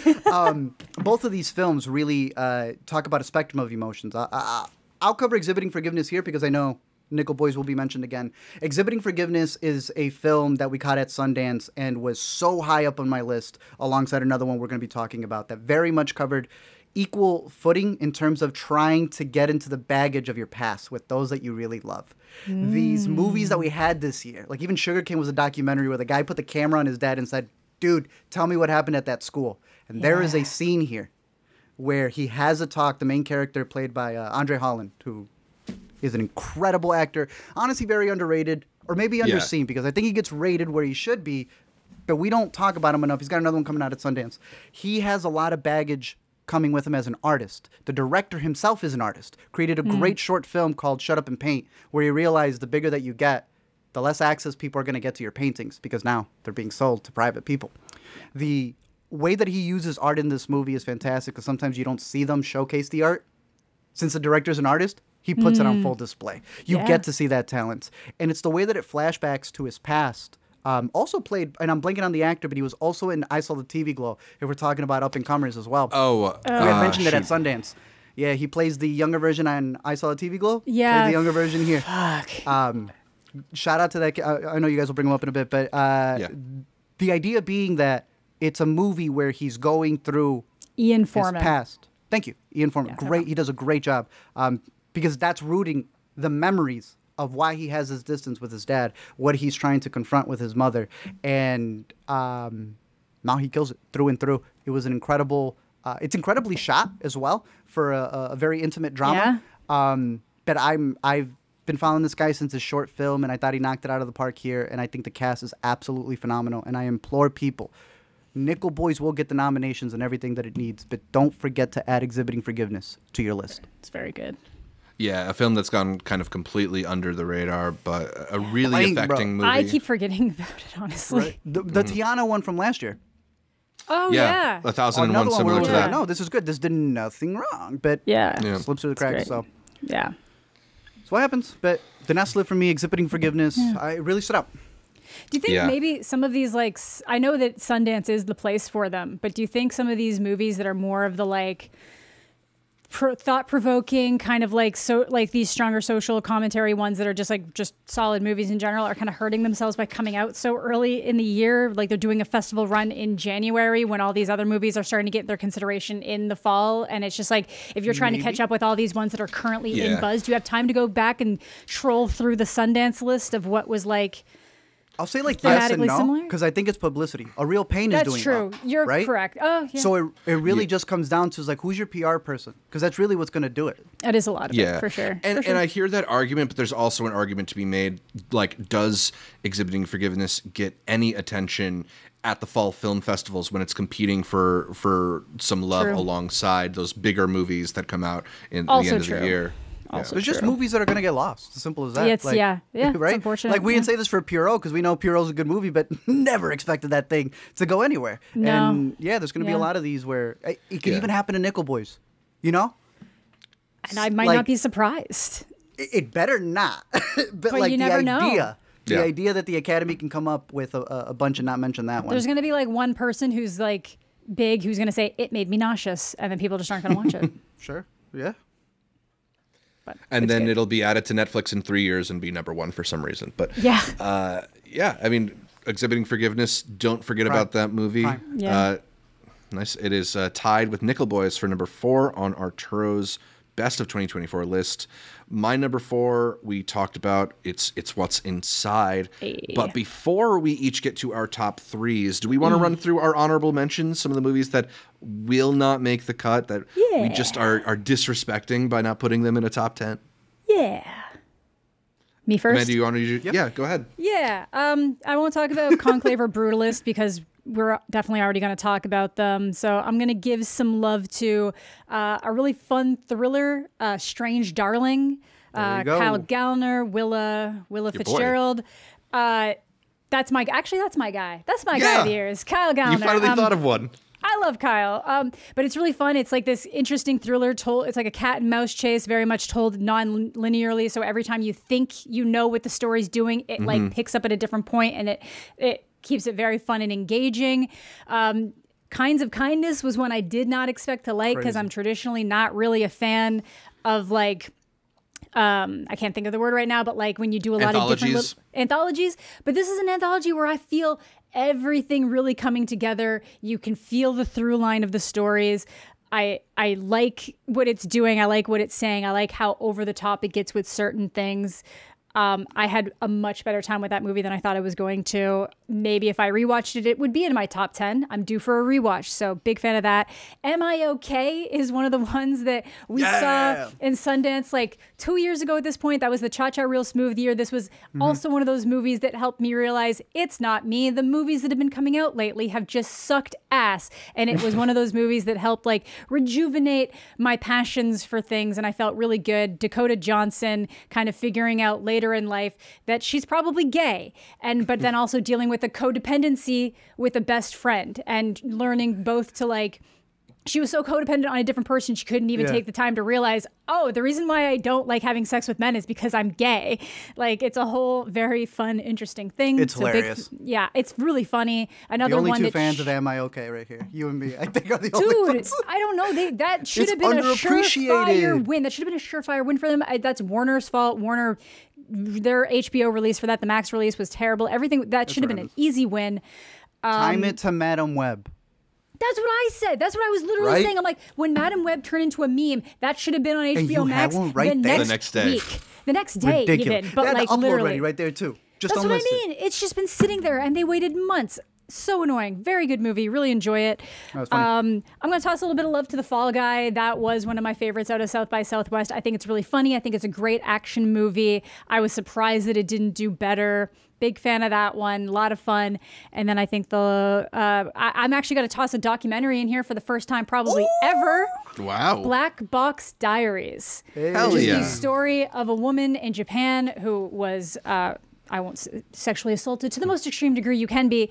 And she basically has to prove her own case because there's so many different political and social customs in Japan that we're trying to cover it up. So this is like the process of her proving that this even happened to her. They had video evidence and it was still going to go nowhere. So it's a book. She turned it to documentary. It's very harrowing, very good. It looks like I think it's on the short list for the Oscars right It now. is. It's on, Yeah, so it it's should on the be. short list. Very good doc. And then the last one I'll mention, is Heretic. It was a really good year for these kind of like quirky horror thriller style movies. And this one is right up there. It could have easily been in my top 10 as well. Hugh Grant, phenomenal, is this quirky, evil, culty guy. Sophie Thatcher was fantastic. And Chloe East really came in for like the surprise. I like the way they subverted expectations with the girls in the movie and how they kind of like shift positions in their dominance and what they have to do and kind of how it ends. Might have both sides it a little bit.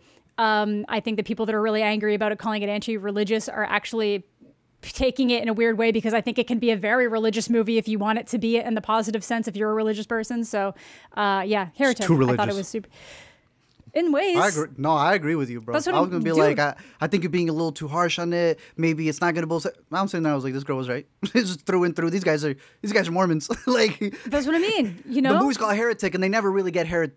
the director's married to one of the directors is married to a Mormon. They're both married to Mormons. That's They when I both was like, are. I thought only bro, one. They're What? like so entrenched in it, and then I think that the actresses They were also. They were. I think You could just Sophie's tell. really out of it. Chloe's Yeah. definitely more in Yeah. it. And I'm like, yeah, you can walk away with that thinking, and like they go real soft on the issues that are in Mormonism. They mention Yeah. polygamy, which is now really just a fundamentalist, the FLDS side of things. Uh-huh. There's a lot of stuff that the main sect of Mormonism that has been called out in the last couple of years, and they haven't mentioned shit about that. So it's Go, not. take 30. Go, tell them. 30 minutes. Black people weren't allowed in the temple for like until like the 80s. They're not allowed holding major positions. And then they got called out for, they have these weird purity and chastity interviews, which are literally like the joke of the priest getting confessional, asking for more details from the teenager who did something. They're literally like, how many times do you masturbate? What do you think about when you masturbate? How do you masturbate? Like, that's a fucking problem. And that's like a thing. So there's a bunch of other shit. But whatever. I thought Heretic was a really fun movie. It's really good. And I think you can take what you want when you walk out of it. I have a question for Heretic. Yeah. The blueberry pie scene, because Yeah. it's in the trailer. She turns around, she's like, oh my God, it's not a blueberry pie. It's Yeah. blueberry candle. Yeah. Ain't there a pie in the movie? Yeah. I don't think that was fresh. I don't think that should, but yeah. What? So what you need the candle for? I have so many questions on that movie. Oh, because- I've never seen a movie that says... Because the candle, the idea of the candle was to get her to notice it and then see what she does when she notices. Alina responded with that as well, and I was like, yep, that's exactly how I still see the movie. It is a...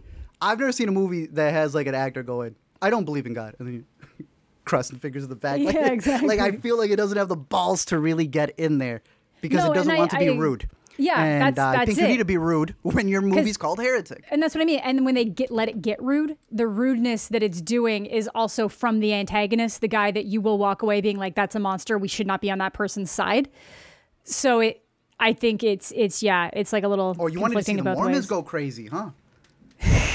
But that's the thing. It's one of those things. Like, he made some good points, but then some of them weren't. I think someone said it's like if a Reddit mod trapped girls in a basement. Fair, like from the atheist subreddit. But then some of her counters also weren't that strong, and a lot of it is just kind of like where you're going to meet in the middle with things. But either way, I thought it was a fun watch. It was really, I think it's, and sometimes you need a fun watch. You need a good watch, and I do like by the end, it's really just kind of like, what do you believe? The whole thing's about control.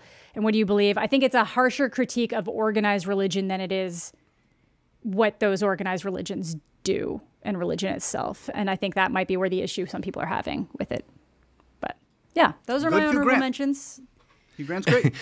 Yeah. I always enjoy figuring out the weird places that the podcast will lead us to. I just didn't predict that it would be Amanda talking about like masturbation interrogation, but I'm glad we arrived there. That. You can cut that from the full video. I have a bingo I card can't here, now. and that I can't finishes now. it. Why not? You can cut it. But They're going to come for me, Heretic- Zach. They're going to come for me.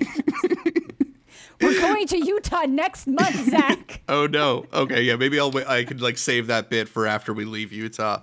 Thank you. After Sundance announces Appreciate a it. new I already location. have a stalker in Utah. I don't need everybody coming at me. Hugh Grant got that Golden Globe nomination for Best Actor in a Musical Comedy, and that's one of those nominations I really enjoyed because, like, he really does kind of make that movie for me, and it's that performance that keeps you locked into it. So, cool pick for the honorable mentions. Art, what do you have that just missed your cut? I had Daughters, to add another documentary to the list. I think is really good. That's I don't know to me what, the best documentary of the year. I got it on my honorables too. Yeah, it should have been on mine. I'll let you go first, Zach, in case you got some other ones, because I don't want to over-mention something that you may have in your top, or or not. The first one I'll just pitch to you is there is a performance. I think your favorite performance of the year. Oh. Yeah, Hard Truths to me was the hardest cut I had to make from my I haven't list. caught that Take yet. it from there. Yeah. I just want to make sure I don't say one that's on your top. Go. Ooh. Totally. Marianne Jean-Baptiste is just so excellent in that movie, and I think the movie does a really great job of communicating this idea of the pain that people carry around with them without being pretentious about it or maudlin about it. Like, it just feels very real and unflashy in its presentation. So I really responded to that Michael Lee movie. Do you have the second performance? Or is it on your list? No, that one's in my honorable mentions as well. I don't know if I... Go for it. Unless Amanda's got it. That's why I don't want to... I'm pretty sure Amanda's got it in her, gotcha, her okay, top. keep going. That's why I'm not going to mention that one. Do you have a real pain? Because this was... I don't. No, I do. That's what I forgot on my honorable. Oh, Yeah, I mean, got look, that bad boy. Yeah, it's the hardest I cried during a movie this year. Unfortunately, I didn't put it in my list. You don't got it in your 10?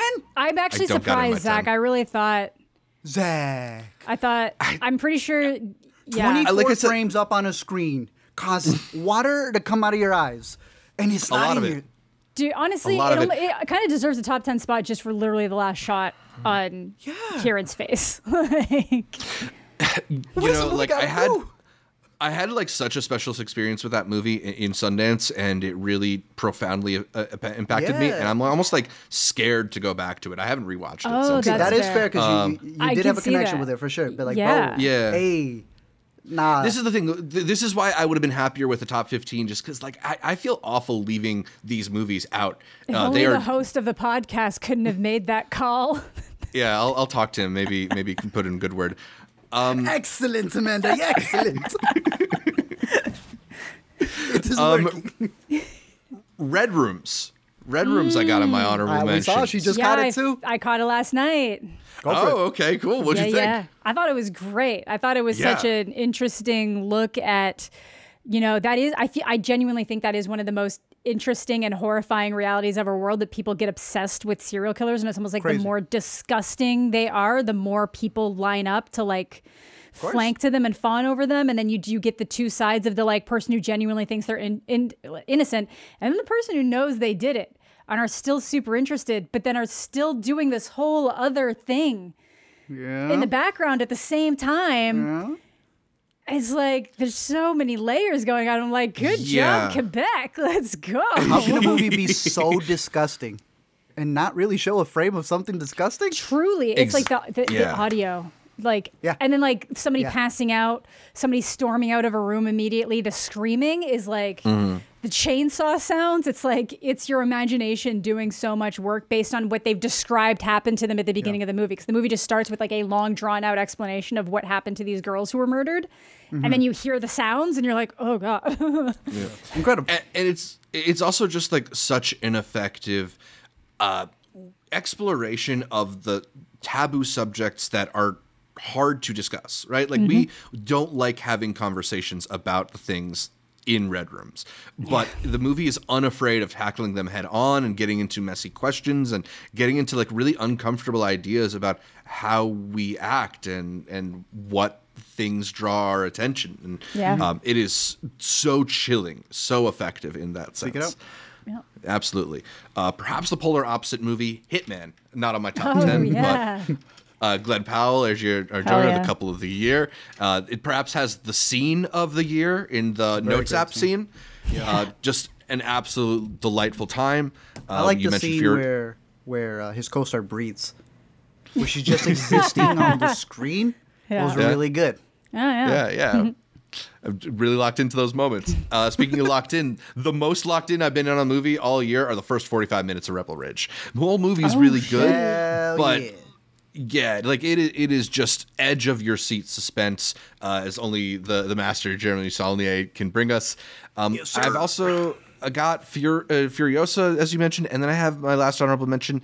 His Three Daughters. Profoundly affecting, great acting, beautifully written. A really effective movie. I liked it a lot. Me too. Also an honorable mention Super good. How do you feel about Natasha Lyonne getting supporting? Because I feel like she is. It's Three Daughters, but she's the one. Yeah, she's the one you're following the entire time. Yeah, Mostly? I'd argue she's No, you the take the lead. smoke breaks with her. Yeah. Yeah, that's the thing. You take this every once in a while. She'll storm off into a room, and you'll get other characters reacting to her. But she still feels like it's like, yeah, they're reacting to the action she just did. I agree. Whereas she has moments where she's just kind of like, I'm living my own life, and you guys don't even acknowledge that. So it's like she feels like the lead. If there was a movie to have to get split, I get it. I can see why they want to make them all supporting. There are movies that are more fair. egregious than that. Yeah. Fair. I feel like Challengers definitely has a bigger separation on who's lead than his three daughters. Right, Zoe Saldana being campaigned and supporting is definitely a bigger category fraud than Natasha Lyonne. That's fucking weird. That movie being campaigned at all is fucking weird, okay? Go. Does it show up in your honorable mentions? Another 15, go. Go. No, literally, that's a movie that I was kind of like, this is weird, whatever. And then it gets nominated for things. Then I start hating it more. That would have been fine just hanging out where it was. And now it's like France's submission. It's doing better than a movie that was that's actually made in Mexico. And the literally anytime I say anything negative about it, my mentions being like all in Spanish, being like, I knew Amanda wouldn't let me down. I knew Amanda wouldn't let me down. Like, we went through the songs, right? And the one that gets booted is a really technical one. Alina liked how it was shot, so we're watching the music video to be like, would this be one of our 5 song selections? And it was after one of the... Then we took that Apple Wild Robot instead. I'm like, nah. hello, I am here to learn about sex change operation? Like, what is this fucking movie? Like, it's so weird. I don't think it's the worst movie out there. What makes it really bad is it going out and getting Oscars. It could just be the weird movie over there. Exactly, but now it's like 11 nominations for like the Critics' Choice. That too. I'm like, do you guys think this is a good representation of these things? So you're voting for it because you enjoyed it? It kind of feels like the trans version of American Society of Magical. Because it's like, it feels like it's not made for the people it's about. It feels like it's made for the people who think they're with it. From the 1 yard line, but I got you. I see what you mean. You know what I mean? I got you. Yeah. We're in the first half, but they got us. Yeah. The campaign there is just showcasing, like, okay, you guys like literally had the casting out with them. Selena Gomez took pictures with people. There's no reason this gets 11. This is not the movie to get 11. Like we're catching you guys, bro. You overdid it here. Yeah. A teacher would see that everybody's not passing this test. For this thing to get it everywhere, that's what I'm saying. It's also disrespectful to the other movies who would deserve those categories. Like, that's what I'm saying. Fit it in some, I get it, but like 11. Why is Substance not France's submission for the Oscars? And that's a great point, too, because The Substance is that movie that people think is too childish or whatever. It's a genre film, but that deserves it. Emilia Perez pretended its way there. Yeah. And it sucks because he's a really good filmmaker, bro. Please watch A Prophet. It's so good. He's a good filmmaker. This one's just fucking weird. Maybe he's trolling. Maybe we just don't get it yet. I don't know. It'll click 10 years from now or something. Sorry for that delayed rant. Let us continue on. I actually just found out, too, that Jacques Audiard, I'm into that show, The Agency, on Paramount Plus now, and he directed some of the French series that it's based off of. Oh. Yeah. Good for him. Fire? Yeah. That was decent. Zach, did you have Flow? I should have. That's probably my favorite animated movie of the year. Yeah, I had that there. I wasn't going to mention it in case you might have had it a bit. Look, there's so many great movies this year from dramas. Bike Riders, A Different Man, which I know started going up a little bit on your list, Zach. Seed of a Sacred Fig. Great, Evil does not exist. There's so many. La Quimera. There's so many really great movies out there that it's like they're their own top 10 just for dramas. Zach had mentioned the thrillers for Rebel Ridge. I think September 5th, Last Stop in Yuma County, really good under the radar. Right? Really good under the radar thrillers. There's a fighting one, Zach. I don't know if it's going to be higher for you. Is it A Fire Inside? No. The other one? Be in it. You don't have it? I don't think so. Zach really liked Monkey Man out of South by. It's an honorable for me, but... Yeah, Did that drop off for you entirely? That's what I'm asking. You were so jazzed on that movie, Zach. I had it at number... where did I have it on my mid-year list? I had it number 9 on my mid-year list, so it wasn't that high. But you were jazzed about it. It's a different. It's a dope movie. It's in my top 30. Okay, that's fair. I'd have that for actions and thrillers. blockbusters weren't bad. Alien Romulus and Kingdom of the Planet of the Apes I thought were fun for what they needed to be. And then so many good comedies. Zach has a really great one on his list early on with Hundreds of Beavers, but we got Wicked Little Letters this year. That was I love that one. Yeah, that's great. Between the Temples. Everyone who ended up seeing that really liked it, which I was really impressed with. Yeah. Amazing dinner scene at the end. Dying. A lot of good stuff Zach, there. is that on your list? Sometimes I think about dying on your top 10? Not on my list, but on my longer list. Cool. Self-Reliance was funny. And then horrors. Self-Reliance. Bro, Sleep keeps getting higher on my list. Dude, like, I did love that Oddity. finally Oddity's come my favorite out? horror. Sleep is out. Shit, Yeah, it got really, kind of that a one's quieter good. release. That one's good. Yeah. That one's good. Really good movie. Actually, another small Sleeping. horror I want to mention, Monolith. Y'all remember Monolith? Yeah, Of course. I do. That's I got that right. that's a great one. That's another really good one to keep in mind. There's some fantastic ones. Oddity for Stoneman, Monolith. Yeah, for Stoneman, you guys have mentioned Red Rooms. I like stop motion, Smile 2, Strange Darling, Sleep. Yep. Just really good stuff. But yeah, it's a lot of really good movies this year. And we still got our top 3 to go. Oh, Wild Robot, since we said Flow. Oh, Flow, yeah. Wild Robot. All right. And the snail one. Yeah. Oh, Memoirs of a Snail. Yeah, a lot of movies to include. Do you want to bump this up next year? Are you want to go to 20 or 25? Maybe at least 15. Maybe at least 15. Man. We do a 15. We'll top I say 15. whatever the year is, that's how many. Yeah. 2025. Yeah. 2000. I'm not even going 25. I'm going 2000. Yeah. Hell yeah. All right. Our next year's Best of the Year video is going to be 10 hours long. Let's go. Before that, let's get into the 3 best movies of 2024, the undeniable films from this year. Amanda, why don't you kick us off? Sasquatch. Fucking Christ. This is one that kind of like, maybe it'll go down as like more time passes, but I had such a good time with this one out of TIFF. I gotta go with Anora. The Sean Baker sex worker movie starring Mikey Madison, who really just drives this whole movie. The performance, she's such a soft-spoken person, and she herself will tell you that this is like such an unnatural.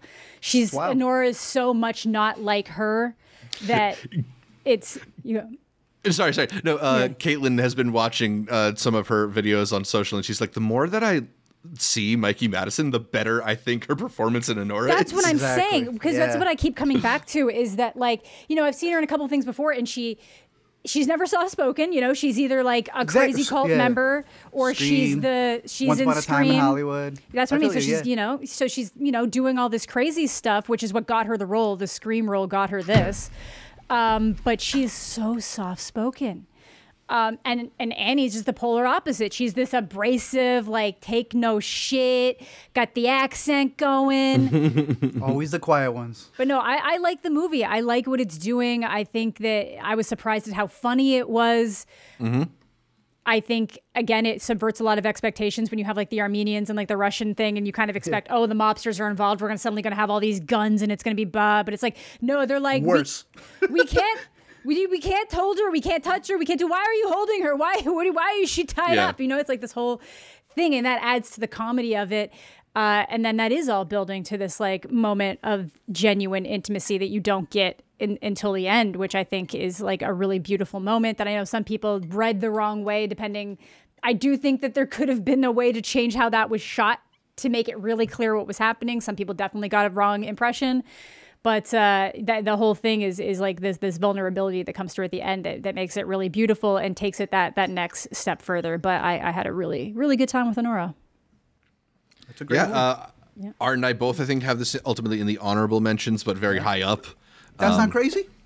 It's fucking crazy. That's crazy. Like, that's how good of a year it is. And for me, it is probably just because it stood out so much for me at TIFF that I'm like, it's so fresh. It should be there. That's what I'm saying. Like, the year's just so packed. For Zach and I, a big thing has been like just the performance between her versus what's her name, who you mentioned for Hard Truth. Like that's Marianne Jean-Baptiste. Yeah. Only because that one's not coming out till later. Mm-hmm. I was lucky enough to see that one early for Chicago, but it's like that would not be on my radar at all. And I don't know. Between those two, I think Anora has been the one to obviously be a bigger hit here in the States. I think it's Mikey's to lose, but hey, definitely seek out Hard Truth for another role like that. But Anora. Part of Sean Baker's cinematic universe that we now know. Like I'm also really thankful to see Sean Baker kind of get this more widespread acclaim, and people start to recognize that he has this really special quality to his films where he's able to capture these performances in a way that just feels so lifelike, and give these characters a really interesting showcase. So, I'd also just like to throw in. Oh, sorry. No, go.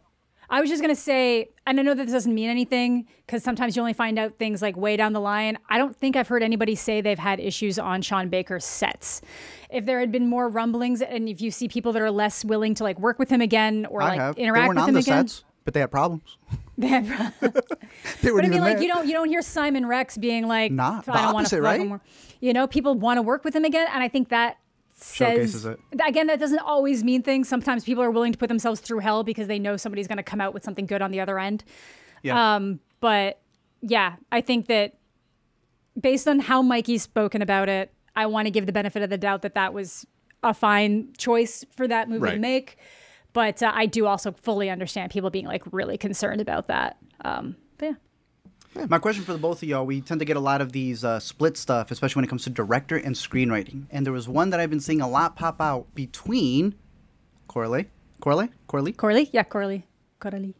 directing, writing, and then also Sean Baker directing, writing. Are y'all leaning directly to one? Because I keep feeling there's going to be a split. Which director do they honor? Which script do they honor? Kind of how I'm feeling right now, so I'm curious, y'all. I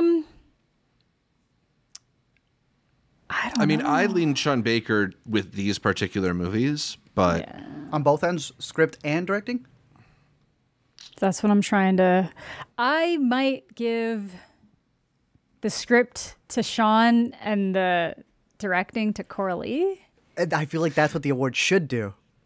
But to me, it's the opposite. But it might be the opposite? Yeah. I think her script and then his directing. Yeah. Yeah. Dude, it's hard. A tough one. I feel like they're right there. They're just kind of like, they're both, you know, anywhere where one excels, the other one's also doing something. And then, Substance feels like that one movie that the Oscars has been giving that screenwriting award to. The only genre award that they give out and being for that. And I'm like, I've talked about this in the past, but I feel like a lot of times the screenplay category is the like, this is actually the movie we think is the coolest award. You know, Get Out getting a screenplay nom there and stuff. True. Jojo Rabbit. Yeah. Hey, fuck off. That's a good movie. Tell him, not me. That's what I did. I'm looking at him. It doesn't look like I am, but I am. Let's talk about a movie. I'm gonna do an Amanda FU counter on the back. That's what I'm gonna use the whiteboard for. And we reached number 10. It's of love. It's of course. Love. All right, Anora, we've got all over the place, but let's get back to Art's number 3. No apologies. So I listened to a podcast. Conclave is my number 3. And Conclave is, as you know, a masterpiece in my eyes. It is an outstanding ensemble. It is an incredible story. And it is an ending that I think, like, I haven't sat with it. The balls to end it like that is crazy. God damn you. No, like... Yeah.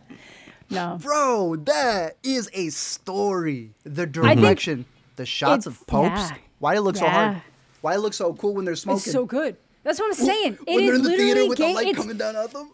It's papal Game of Thrones, you know? Like it's so good, bro. Zach's got the line, the one... House of Cardinals. House of Cardinals, man. Bro, this, all the performances fire in all cylinders. I think it is a great movie in terms of not just our time, because I know everybody wants to connect it to like, oh, it's this election. No, but it's the last election, and this guy's from over there, so it's not even our election. It's that It's like what we're talking about with Civil War and so many other movies. You want to connect it just to the right now, and that's how I already know you're not fully seeing it. There's a bigger picture of this, and it's how things are run. When can the side that you're on be willing to do the right thing by doing the wrong thing? And once you compromise that, what's the point? There's even, like, when I was listening to interviews for, what's her name, our lead, Fiennes.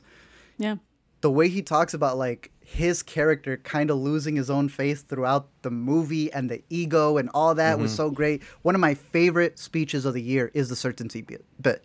Yeah. When that happened in that like what first quarter of the movie, I went, what is it, like pray for a pope who doubts, something like that? Like because certainty is the worst thing that you can have. A lot of really great lines, mic drop lines. This is It's fucking good. About to be the best movie of the year. That's what I'm Incredible. saying. Shout out, Do John you see Lithgow. why I was struggling? Because I'm like, it should be in the I was 10. encouraging you. Get this bad boy on. Hey, Ty. But Number 2 tie. Get a number 2 tie. No, it's my 10 tie. It's my C's. It's my C's John of the Lithgow top is great. 10. I'm blinking on the other actor who played Stanley the Tucci? Oh, Stanley Tucci. Yeah, you're right. Stanley Tucci's good also. The Italian, like fully Italian one, the one who wants to take over the man, like yes. Yeah. man, it was so good. The fucking vape. Everything goes down in the cafeteria, and he's just like, just "Hold hear the- out those vape." I think the actor's name is Sergio Castellito, by the way. Thank you. Yes, Great Tedesco. performance there. Father And then Tedesco. Isabella Rossellini coming in Oh with what my I feel is God. almost not enough time to consider it with so many other supporting performances. I But know, damn, is but this she's not what it's there. supposed to be? She's coming supporting. in, yeah, and taking down all of their egos really in just and one then swoop. realizing that like Father Lawrence is more on her side, you know, because she's trying so hard to keep things being like something has happened that has made it so that the nuns have been affected, and it's my job to protect them, and I failed, and now someone else is going to come in. But then realizing, oh no, this person is on my side. Actually, I am being considered, and just the whole. Just the hierarchy of how the church works there is so fascinating. And then kind of by the end of the movie, and he just kind of, they finally get to open the shutters and see the outside world, and seeing the younger nuns kind of coming out and laughing and having that moment where he's probably gotten a bit of his faith back in a certain way because of how things turned out. And then seeing that, you know, there's happiness out there, and just having that affirmation that like, okay, I think I did make the right choices, even if I, you know, maybe went about it ways I wasn't supposed to. It's so good. It's a really good world. Yeah. It's the cinematic equivalent of a page turner. You're just kind of like... And it's a book. It's a book. Yeah, exactly, It's, right? You know, like it makes sense. Yeah, it just really plods along at this like really awesome pace, and you just kind of want to know where it's going to go, where it's going to take you. You know, juror number 2 made me think a lot about 12 Angry Men, but thinking about it now, this movie is kind of 12 Angry Men-ish, you know, with Ray Fiennes navigating the chaos at the center of it. That's a good point. Yeah. Because we always talk about like what's the next one going to be when we refer to it as that. Conclave is such a great take of 12 Angry Men that it becomes its own thing. You forget to say what the other inspiration is. Sadly, like you said, juror number 2 is a perfect one where it's like, we're never going to really, it's not going to overdo it. But It's never Conclave gonna. to me is like the next time I see people meeting, and especially in any religious sense, I'm thinking Conclave through and through. Yeah. Hey, I got theories on that ending. I think it goes deep from the first I frame. think so I think too. there's still good in the back. I think so too. Oh, I love this movie. It's so good. I was not expecting it, but Ralph Fiennes, maybe another my guy over here, because he just kills it. Yeah, he's good. Absolutely. Art, you're such a big Cubs fan. I'm surprised you're showing this much love to Cardinals. It's good. I'm a big Pope fan. Thank you. Big Big poop. All right, so Conclave makes number 3 on Arturo's best movies of the year. My number 3 is going to be Challengers. I suspect Yeah, we're it's going to higher hear on about mine. that from Amanda. No. Say it soon. right now. You have to decide Brutalist score or Challenger's score. Man. Oh, challenge. You're going Challengers? I mean, look, I've definitely for listened sure. to Challengers Brutalist is more. Brutalist is so crazy. good though too. Brutalist yeah. is pretty fucking Yeah. wild too. I mean, I'm just not sure, like, Brutalist goes as hard in the club as Trent Reznor and Atticus Ross, that's but, the like... thing. And in the club, In the club, we are all Challengers they fans. are fans. Yeah. I'm going Challengers as well. I want a Challengers sweep in terms of music because Dude, I also think it's got the best song. I think it's a character in of itself. I think the Yeah. Brutalist score is amazing, and it incredible. builds the landscape. It builds the grandiosity of everything that's happening on screen. I'm not mad but if it wins. But I'm not mad if it wins. But Challengers, that feels like another character. You can That feel it. is shifting. I feel it before I hear it. That's what I mean. You know it's going to come in. Somebody says something, and you know it's going to start ripping in because the power shifted. What's the SNL sketch? Every time they shoot, it plays what's your name? That's like what you Challengers. say. It's like someone says something. That's it what I is. mean. Boy stands up in a sauna and says something, and I'm like, Art just took the lead. Let's Art go. just got the point. You know? Yeah. It's such a good movie. The Brutalist score definitely makes the Brutalist much better. Yes. The Challenger score might make Challengers. Like A that little bit. sets It's the a- tone. It's a character in its own Yeah. right. Like, Yeah. yeah. But All right. yeah. Challengers, my number 3. Amanda. Oh, we're not so done. back to you. Whose side we're were gonna- you on? We're gonna talk about it more. We're gonna talk about it soon. I just want to talk challenges. I'm But sorry. it's my number. It's I okay. apologize. Spoiler. It's my number 1, so we gotta. Okay, we'll talk about it. We gotta give you something to talk about. Okay. Yeah. But I'm still What team movie Josh. is your number 2? My number 2 is I Used to Be It Funny. used to be funny. Hey. Rachel Sennett. This has stuck with me so profoundly. I just remember us all sitting around the Airbnb as that fucking Phoebe Bridgers song just swells in. And I'm like wiping tears because that song is such a perfect way to end this movie that juggles its tone so expertly. The title comes from the fact that, Rachel Sennett's character was a stand-up comedian, had something happen to her, and now she hasn't been able to put herself out in that way anymore. And that becomes that thing that was such a part of her identity is now lost. And she feels like she's lost everything as a result of this. And it all has to do with this family she used to nanny for. And then that kid goes missing. So it's kind of all brought back to a head presently in her life. And she hasn't even fully gotten over the incident that happened yet. But she feels a certain responsibility for this teenager who hates her. And it's kind of like, and the way that the movie does it is that you don't know right away what happened. It builds to it. You just kind of slowly see the different things that go and go and go. And then when it does drop the shoe, that scene is so expertly handled to the point that like it will probably be very triggering for some people. Just as a heads up, look up the themes. It might not be for you, or you might need to have the mental preparation before you go into it. It doesn't get graphic, but like there's no denying what happens to this we were person. saying for Red Rooms, her performance without seeing it, you're feeling the aftermath because it's on the character. That's what I mean. There's just like a moment where she basically just says like it hits like she's like, oh please no, because it's just like, so why are you doing this? Why are you doing this? And it's like it's so hard. And then it's kind of the fallout of that, of like a bunch of people not believing her, a lot of people not listening, and then her having to kind of like live in this town, knowing that this thing happened, and then honestly finding it easier that the kid she used to nanny hates her, because at least it's such this like solid emotion that she can feel towards her, and she hates herself in a lot of ways that it just feels like it's a validation. So, but the movie is still so funny. Like I'm making it sound so heavy, but it's actually such a funny movie, and that really comes down both to Rachel Sennett's abilities and her natural comedy, and Ali Panic. I can never Panku. Her writing, the writing for that is so strong, and I just like the way it's told, kind of going back from where it went, how she's dealing with it now, until it gets into that crescendo of her finally being able to deal with it. And then that fucking Phoebe Bridgers song, man. So like, I don't know, it's really good. Strong. I know it was on Netflix in the United States. It might still be.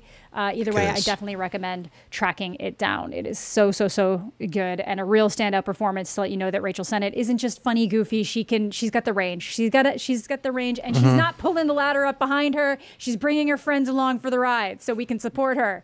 But yeah, and that's then pulling the ladder up behind. I'm just kidding. Yeah, but she's my number 2. It can be tough to recommend or to decide to watch a movie that explores difficult themes or like painful experiences. But like, I so appreciate a movie like this that can approach it with some humor, some levity, and in a way that feels really real and lived in, the way that we all kind of use humor as a coping mechanism. Yes. It makes it far much more approachable, palatable. And yeah, I think ultimately it's very, very effective, and cool to see Rachel Sennett use her skills in this way, because it's not too distant from the types of characters we know Rachel Sennett for, but she's playing different notes in this one. Shade of it, And again, the supporting was really good because it kind of showcases what support you need, and especially for them to speak your language, because some people will not speak to you the way her friends speak to her. But it's exactly what she needs. Yeah, because it's like she has the whole thing. Like, it's like, but I'm so annoying. It's like, Sam, you've always been annoying, and we have always loved you. You know, I haven't showered. Oh, we couldn't tell. We couldn't tell, and it's funny, and it's really good. Fantastic. Yeah. And again, she's a darling for us. But the bigger that she gets, also, what was the other guy? Caleb. The bigger that they get. Also, Allie. She had done the Black Mirror one. I think it was the Jonah's Awful. Oh, yeah, Jonah. Yeah, Jonah's Awful. So it's like she's not scared to get into uncomfortable places. I think her next one is a Canadian movie where... Well, she's Canadian, so... A neighbor finds, like, kids being kept next door. Let's based on fucking a true go. story. I'm like, you're already set on whatever the next crazy thing is going to be. Yeah. And I think this is that indie movie that people will look back on and be like, whoa, these like big stars years We're from in now. this, We're like in something. Yeah. And then it ends up being very solid. So Yeah. glad we both got it on there. I used to be funny. High recommendation. Ali Panku is making a documentary about the Lilith Fair Music Festival. Fire. Good for her. Is that the Sarah love that. McLaughlin? Yeah, the McLaughlin? all-female. McLaughlin? McLaughlin. Oh, is it McLaughlin? McLaughlin. Yeah. She got that thing on her. Anyway, Art, let's go back to you for your number 2. My number 2, and it could go either way between my 1 and my number 2. Number 2, I'll keep it at a real pain. Easily can be my number 1 movie of the year. Hell yeah.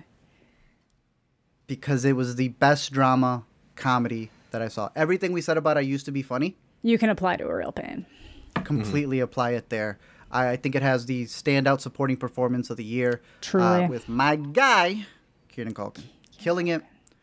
Taking a script and making it feel like it's completely improv.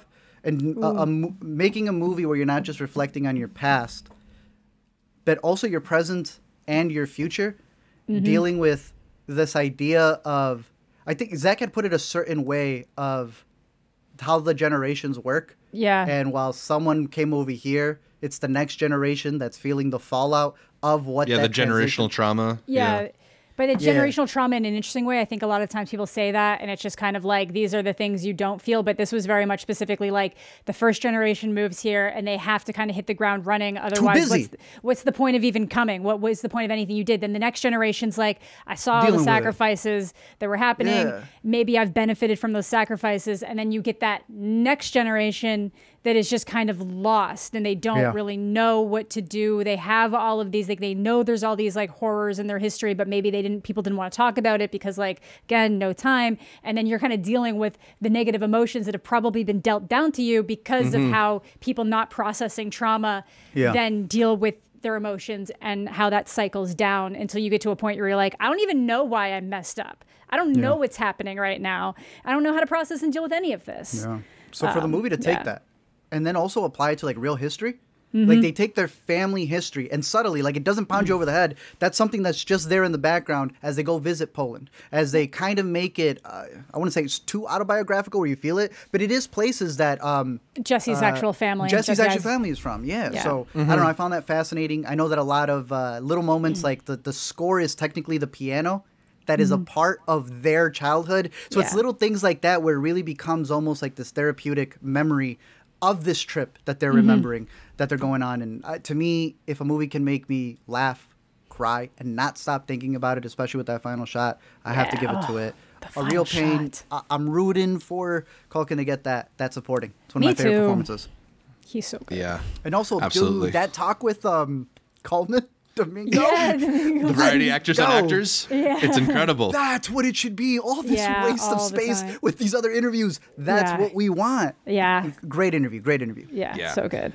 There's a moment, I want to say about halfway through the film, where the tour group sits down at a restaurant and Kieran Culkin's character excuses himself to go to the bathroom. Yes. And Jesse Eisenberg's character finally is able to kind of like let go of the frustrations he's experiencing and all of his, just anger with his cousin.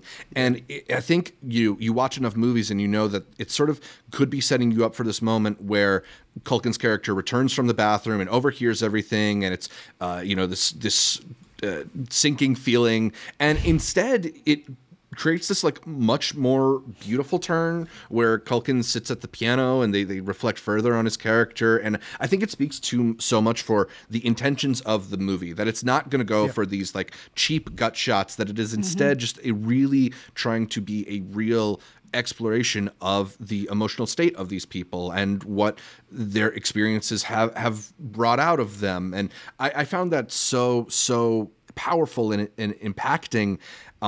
And the specificity of it as well is one of the things that I took away from at Sundance, because like I said, I had a really, really strong reaction to this movie. And I thought my reaction would be really personal, but I think in seeing how just the general public has really responded to this movie as well, that the specificity of this story has sort of allowed it a weird universality in its own way, because they're not vague about what they went through or what their achievement is.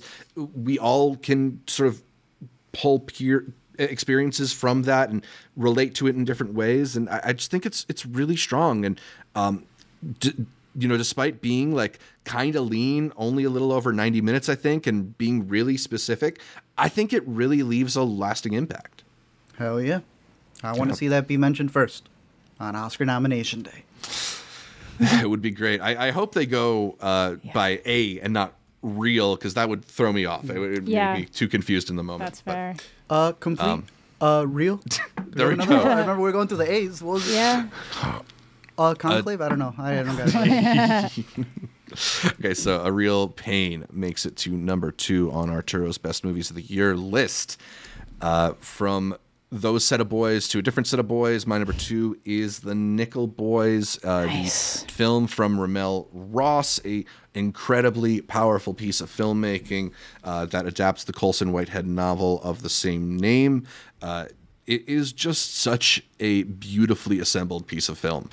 The way that it uses its point of view camera to sort of just give you the feel of the moment. I think there's some people who are talking about like whether or not it could be nauseating, or is it going to be like Hardcore Henry or something. And it never gets, shaky cam, first person GoPro. Right? Isn't that crazy? Yeah. Like, it's really just like it's so much more elegant in the way that it utilizes it. It just sort of, it's not like literally looking through their eyes, but it is kind of the feeling of being in the room for these moments. Yeah. And it creates this empathy that I think is totally unique to this movie. Like, you really go through this experience alongside them in a way that I found to be really amazing. I think it's a film that is about a lot of really painful things and really ugly truths about American history, but those aren't my main takeaways from it. My main takeaways from it are the depiction of character and how much I feel like I know these people and their experiences, and like I was alongside them for these moments. And I found it to be incredibly beautiful. I was really stunned by this film when I saw it at New York Film Festival. So it's certainly one of the masterpieces of the year, and I'm hoping it is not overlooked come awards time. I really loved this movie, Nickel Boys. It's very good. Art, you got it at number 4 as well. What'd you find affecting about it? I'm taking you said America past? I'm saying it's America's present. The Kids for Cash thing, let y'all look that up if you know it. I went down that rabbit hole. Oh, it's fucking wild. And first movie I think of is like, well, yeah, that's what they put these kids in there, but in their own realm. So it's like this. It doesn't really stop, because I think the most profound thing of the movie is where you realize what this little camp that they're putting them in really is, and then you look at the time period, and then you see that they're technically not that far off from still being in the present, with it being a true story. And I think that, to me, plays a very big pivotal part from it that people are forgetting. I know people may like it because they think it's an important movie, and people may dismiss it because they're like, oh, it's just an important movie, I didn't really get enraptured by it.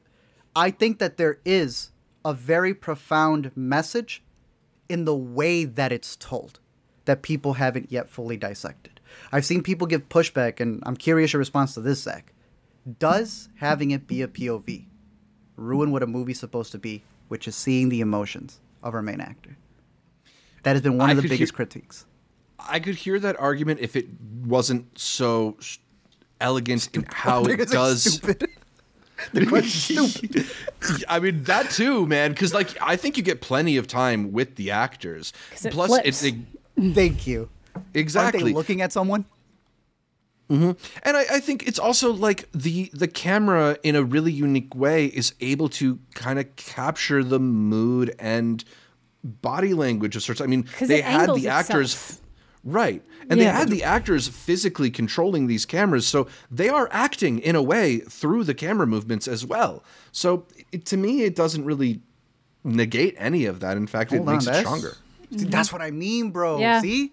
That's what I mean. Like, are you saying the performance is the movement and not the movement of a still camera capturing you? That's profound. Yeah. That's freaking crazy. You're directing them to move it around. I love that. I love that stuff. And I think there are elements of the movie where they really start playing around with that even more. and it had one of the scenes that like you ever see a scene and you don't really know what it means, but it makes you gasp? There was like a camera switch that happens, and I went, what the hell did I just feel? Yes. That's cinema.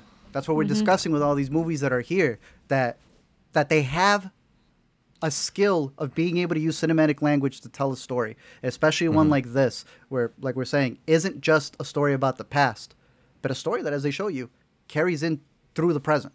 The performances are great. Shout out your boy as well, who surprisingly makes a really good. He has a really good part here. What's your boy's name? Fred Hetchinger. Fred's just had a year. He's had a year. He fits exactly what he needs to be here.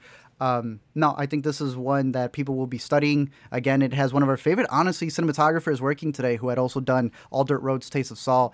And what they do here is magical. That scene on the bus where they look down to see the little girl, it's just a way that the camera's flowing and moving. Yeah. Incredible. Shout out Jomo Frey. He does such an incredible job on this film. Yeah. Absolutely deserves an Oscar nomination, if not a win for it. Yeah. Nickel Boys, incredibly profound movie. One of the best of the year, but maybe not the best. Amanda, what do you have at number 1 on your list? Well, it's no Nickel Boys, but it is Challengers. It's great. I mean, look, I got it at number 3. Art's got it down at number 6. It's another one we can all agree on is easily one of the best movies of the year. Hey, Yeah. when the camera's on the ball, that's Nickel Boys. Dude, You know, it's yeah, the POV. I just think this is a movie that is firing on all cylinders. You know, you can say some. that. Yeah, that's what I mean. Like, you've got 3 incredible performances. You've got, as we mentioned, a score that feels like a 4th character in this movie that literally will, like, when certain things kick in, you know what character is more in control of a situation, and that can inform everything else. And I love the way it's told, that it like introduces us to these 3 characters, the dynamic they're currently in, and then winds back to show us like these are the moments that get us to this point. And this like this Challenger event that's, you know, seemingly basic little thing where they all find themselves at again for the first time in years. I think it is so just incredibly fun. It's very kinetic. I do like the way that you can look at like one character loves one character loves another character, the third character loves tennis. I think it's A literal love triangle. Yeah. Yeah, literally. I just think it's so interesting. I think it's got great dialogue, fantastic direction. Some of that final shot with the tennis, like he makes tennis interesting. Literally, the man was like, tennis is kind of boring. So, you know, I did this, and I'm like, yeah, you made it so good. Like, you've got like people, like they've recreated a court with plexiglass. So you're standing underneath it so you can get the undercut court shot of the ball going. You've got the camera becomes the ball. So it's just going back and forth. It's just good. It's like you put it on. Yeah. It's never not a good time. It's so great. It's Kinetic energy. Just kinetic. full. Yeah. It's just kinetic. It's just like it's just firing. kinetic. It's just like a brain thing. It kind of gives me similar feelings like when I'm watching Social Network and certain things start popping off and same, you know, Reznor and Sexy Ross. Rocky. Yeah, Reznor and Ross, and you're just going Sexy Rocky. Like, I know some people really thought this was going to be some like wild threesome movie, but like there is like no real visual intimacy on screen ever. But it's sexy and horny as hell. Yeah. You don't always need to show to get that emotion out there. And then even that scene where like, well, they're all in the bed like making out. And I'm like, no, that is also a weird little power play. So Zendaya can just watch 2 dudes making out in front of her. Like it's such an interesting thing. I'm a big fan. It's like the Dune bit. Remember when they were like, there was not enough intimacy, and there's like, no, he puts his hand on her back. Some of you guys aren't in relationships. Like, you don't realize how intimate that moment is. That's what I mean. Yeah, people just want to see it explicitly when implicitly, ooh, it's more can be than more. that. It's kind of the boner whole gets idea. slapped. Yeah, the boner gets slapped. It's Boner kind of gets like one of those things You that play Pong sometimes with that thing. the less you can see, the more you want to see. It's kind of one of Forehand. those, you know. It's got Reynolds? I don't know. Big fan. It's so good. Yeah, it's just electric, you know? There's a lot of movies that I saw and credits rolled and I sat in my chair and I said, wow. And this is a movie where the credits rolled and I said, hell fucking yeah. And I want to go for a run, you know? Like, it's just like so much fun and also not like about nothing either. I think just the way that this movie handles sexuality and tension and the competition through relationships and Yes. professional achievements. I think it's just fantastic. Also is benefited by having just this like amazing young cast who are all so good in these roles, and there's few directors better out there than like showing why a young actor is cinematic than Luca Guadagnino. He just has an ability to put a person on screen and you're like, yes, that is where you've been always meant to be. I love this movie. It is so much fun. Amanda talked about a lot of the cinematography. Sayambu Muktipram just shoots the hell out of this thing. The script from Justin Kuritzkits is excellent. There's so many good lines, especially the way that things will cycle back and repeat. Yes. And it's just got so much style and so much flair. Yeah. Like the whole I love this movie. Is a tennis match. The whole thing playing out is like a tennis match of just back and forth and back and forth. And when you're like just kind of maintaining a rhythm of something until you can figure out what you're going to go for the next play and overtake something. And it's so good. Yeah. Awesome stuff. Art. What movie though challenged challengers? I mean, we all know. We all know. My #1 movie of the year.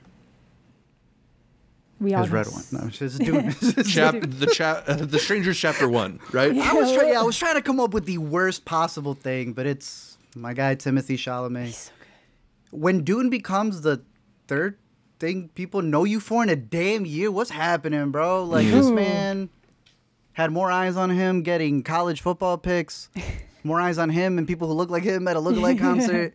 But he still has one of the biggest performances out there. We have not mentioned his other movie, which I was telling you guys earlier that for a complete unknown, the biggest boost they got was that Dune dude, the one who saw the movie 30-something times, put a complete unknown at #1. I don't know how his performance is there. It's good. It's good. I heard it would make him the youngest person in case he wins, going up against Adrian Brody, who right now has the record. But to me, I was very impressed with what he did in this movie. And I think because it's a blockbuster, we look the other way. But some of y'all already know that we have actors in here who people forgot. Austin Butler was incredible for what he was doing. And it's not just tiny roles. He literally has an infrared fight scene that was better than the entirety of Gladiator 2. Yeah. This man comes in, Timothée Chalamet, and does something with his voice I never thought he was going to be able to do. He deepens it better than the people playing Mufasa in this new movie.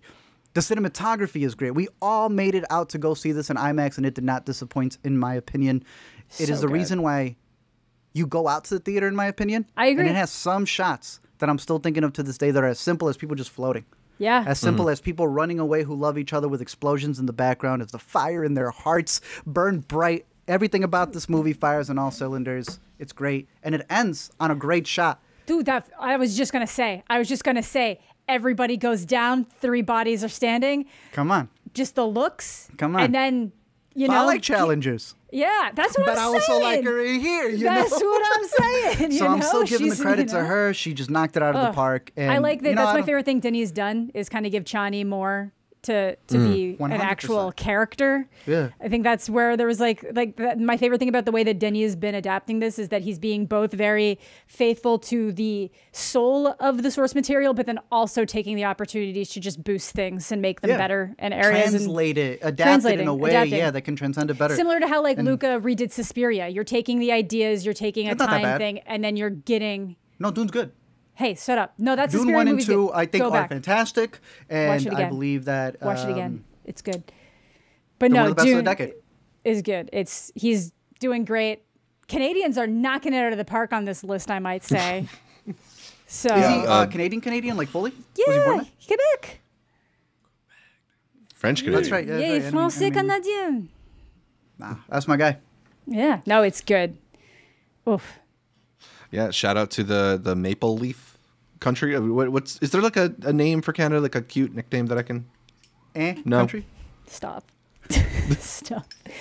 Maple Leaf, the Beavers, The Beavers. Town. There you go. Shout out to the hundreds of beavers from the north. Our onion is called the Beaverton. So. Nice. No way. For real? Yeah. All right, well, shout out to the hundreds of beavers providing great cinema for us this year. Hell yeah. From the hundreds of beavers to Denis Villeneuve. So both of you got Zendaya picks at #1 on your list. Mine, unfortunately, does not. Can I guess what I think it might be before you say it? Can I try?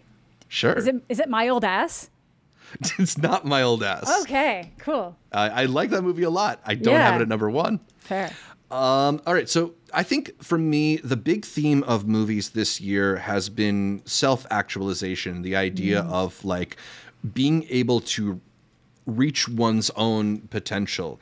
Hitman is a movie that really talked about self-actualization in a really interesting way, in the way that Glenn Powell's character was able to become the best version of himself. I think Jane Schoenbrun's I Saw the TV Glow has a really interesting look at self-actualization and how an unwelcoming environment, scuttles your ability to become your truest self.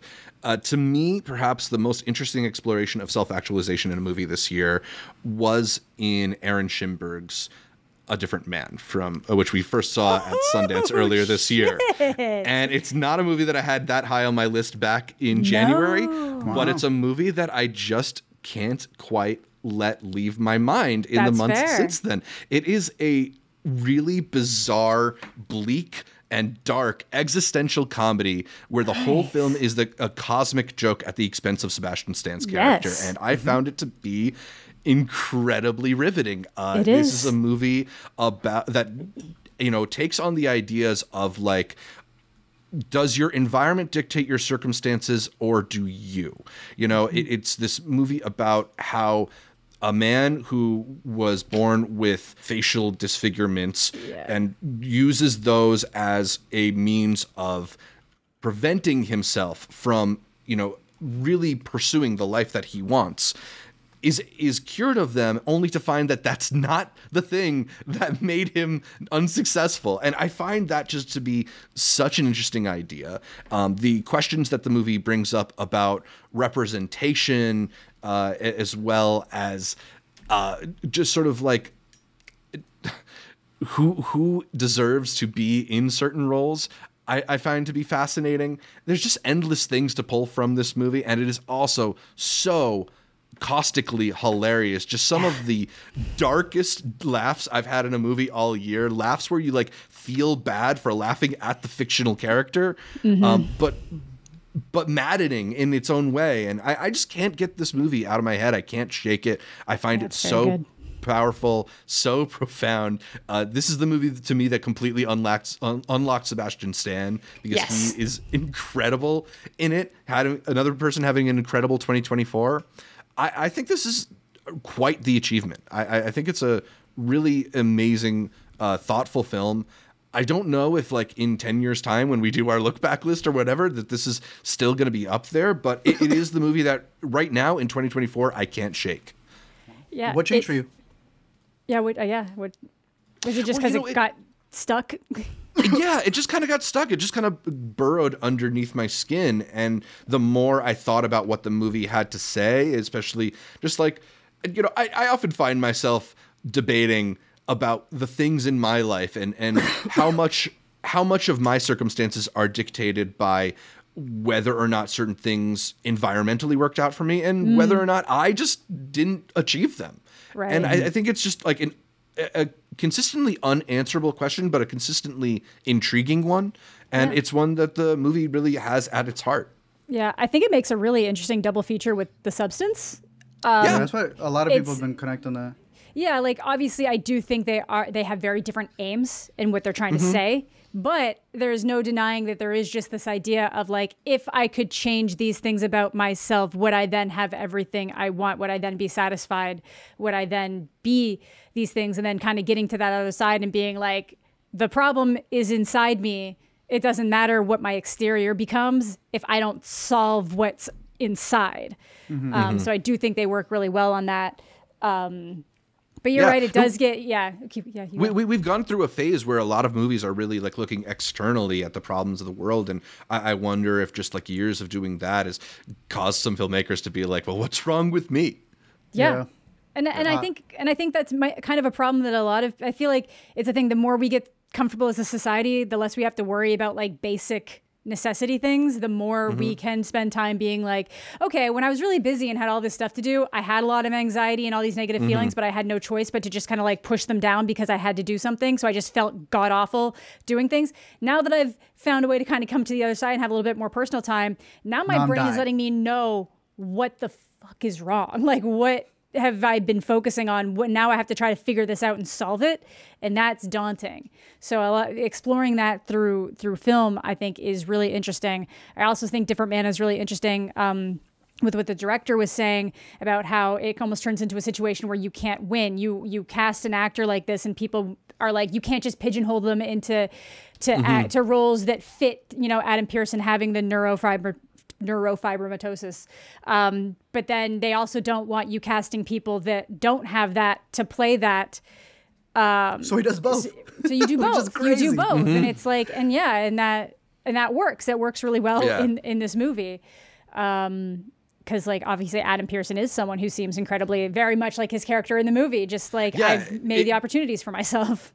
And to write a character for him that is so gregarious and charismatic, I think is so cool and unexpected. Yeah. And to bring him up because they did the Chains one prior, it's like subtly in the background, he's walking his talk. And that's why the movie stands out so much, because a lot of other people will make it like the front and center point. And it's like, nah, he was coming along because when you are the message, you don't have to repeat the message. You just do it. I think it should be up there for makeup because I still cannot believe that it was Sebastian Stan. Nah, bro, when that happened, I was like, nah, I must be really tired at the screening. What do you mean? That was on makeup. That was on makeup. Oh my goodness. I think, I forgot where I had it in my Sundance list. I think the only other drama from my honorable mentions was Bike Riders. I really liked the way they all came together. But that, again, similar to kind of what he goes through in that one for Austin Butler. Here, I just think the journey that he goes through with Adam Pearson and also... Renata coming so good. in. She is so energetic, funny, and like a completely different thing than you would expect her to be. Yeah. Really good stuff. Yeah, really good movie. It's another one that's kind of in that like extended honorable mention area. And it's been surprising. Not just surprised here. Gotham. My man got 2 nominations, one of them for this at the Golden Globes. It's my preferred from Apprentice. For sure. I like this one way more. It's just, I did not get the biggest push from it, but hopefully more people get to catch it. Yeah, I think it's going to be one of those movies that like maybe isn't the first thing that people think of when they think of 2024, but stands the test of time, has a bit of a cult audience. Like it is a pretty, unique and just like crazily hilarious, but also awfully hilarious in its own way. Yeah, like when he starts getting to the end and it's just like his psyche is out the window. It's so funny, but also so heartbreaking. Very similar to Substance. When it gets so off the walls, it's like I'm laughing, but I'm also like heartbroken for what's happening to this person. Substance was for men. I'm glad women have... Right. Yeah. You might find it beating a dead horse by the end, but I think it's just like... finishing the job. That's what so. It's ridiculous. Like Michael Shannon comes in at one point and you're like, this is literally doing what the movie's commenting on. Like it's doing the thing. It's doing the thing. It's incredible. Yeah. All right. Good. So let's go back over our lists. Amanda, if you want to start us off going from 10 to 1. Cool. For now, I have Nosferatu in 10. I have Civil War as the controversial pick in number 9 because I do think, like art, it's gonna find the audience that likes it and appreciate it for what it's doing. I think more people are going to hit that point, hopefully. I got Love Lies Bleeding at number 8. It's What's Inside at number 7, another controversial pick, but we loved it so damn much. It's here. Yes, we did. It's staying. The Substance at number 6. I Saw the TV Glow was the brainworm of our Sundance that just gets better every time you see it and think about what it's doing. I got Dune 2 at number 4, which was my big blockbuster epic of the year. Zach, did you not have Dune? He did not have Dune. Yeah, I had it 3. Yeah, he did. 3. He had it higher than me, actually. My bad. Honest, that's what I mean. There's so many good movies. This could easily be in a different spot. I put Anora at 3 because, again, I did have such a damn delightful time, and it was from the before times. I saw that before Megalopolis, so it was my shining beacon of hope. BM AM. Yeah, literally, my TIFF did work out like that. There's things I didn't see because of Megalopolis. At number 2, I have the Rachel Sennett led comedy drama tragedy I Used to Be Funny, and at number 1, Challengers, the Luca Guadagnino, just incredible movie that is not getting as much Oscar attention as I thought it was going to. Hopefully that changes once we actually get to those bigger Oscar nominations, but that's my 10. Yeah. We'll see what happens after we put out this list, you know? Yeah. They should be like, you're right, Amelia Perez is bad. Arturo, take us through your top 10. Heretic sweeps because of it. At number 10, I've got Pure O, the indie film from 2023 South by that talks about the main character going through a form of OCD and how that relates to the director as well. Number 9, I have I Used to Be Funny, the perfect embodiment of a drama comedy, which I have 2 of in this list, of a stand-up comedian who hasn't been able to do stand-up comedy after the girl she used to babysit goes missing for reasons unknown. I saw the TV Glow up next, which I think is just the perfect, in a world where we get so much nostalgia, what a movie to flip that on its head and tell such a personal tale about it. Fires on all cylinders, from the production design to its performances. That final yell, I'm surprised, is not getting my man more recognition, especially in indie awards, but... It's good. To be fair, like I will put this little thing out there. When I saw it at South by Southwest, a lot of people in the audience didn't know if that was, we're taking that. I think maybe it's the audience being primed for a certain type of movie, but some people were like laughing and then kind of drifted off. Cause I'm like, that's the most heartbreaking moment of this movie. Yeah. But some people thought it was being played for comedy. So I do think that's affecting some things there. If you thought it was, one, if you're a person who thinks it was played for comedy and you have anything to do with voting, that's a problem. Two, even if you did think it was a comedy, I'm talking about this guy delivered that performance through and through. I still keep thinking about the wheezing. Dude, they're so bright. So much like physicalness. Talking, like simple you're breathing things in. Like bringing in the LGTV along. And staring at the camera was enough to be like, whoa. But yeah, I saw the TV Glow. Very, very good psychological horror film, if you want to call it that. Up next, Problemista, which is the quirkiest of quirky movies. If you have not caught any of Julia Torres' TV series, then the movie may be the best place to start. Tilda Swinton is incredible as he tries to get his visa by helping a woman who can't even like turn on her computer. Challengers is number 6, best score in our opinion. I asked y'all, if you had to pick one of the 3, who would you pick? My answer is Josh O'Connor's character. Oh, yeah. You can pick Zendaya. I think Josh O'Connor is kind of steals the movie. Like, he does. Okay, I just want to make sure. I think Zendaya... Like, whenever... Yeah, I really do love Zendaya, and I love at the end where she technically, I think she maybe wins the most because she finally gets to see some good fucking tennis. Mm-hmm. They get their friendship back. I do think everybody kind of comes up in some way, but yeah, it does really seem like Josh is the one kind of, it's his playground. It feels like it's his playground. They're all great, but Josh O'Connor's the one who, when he's not in a scene, you're like, where's Josh O'Connor? When he's going to come back?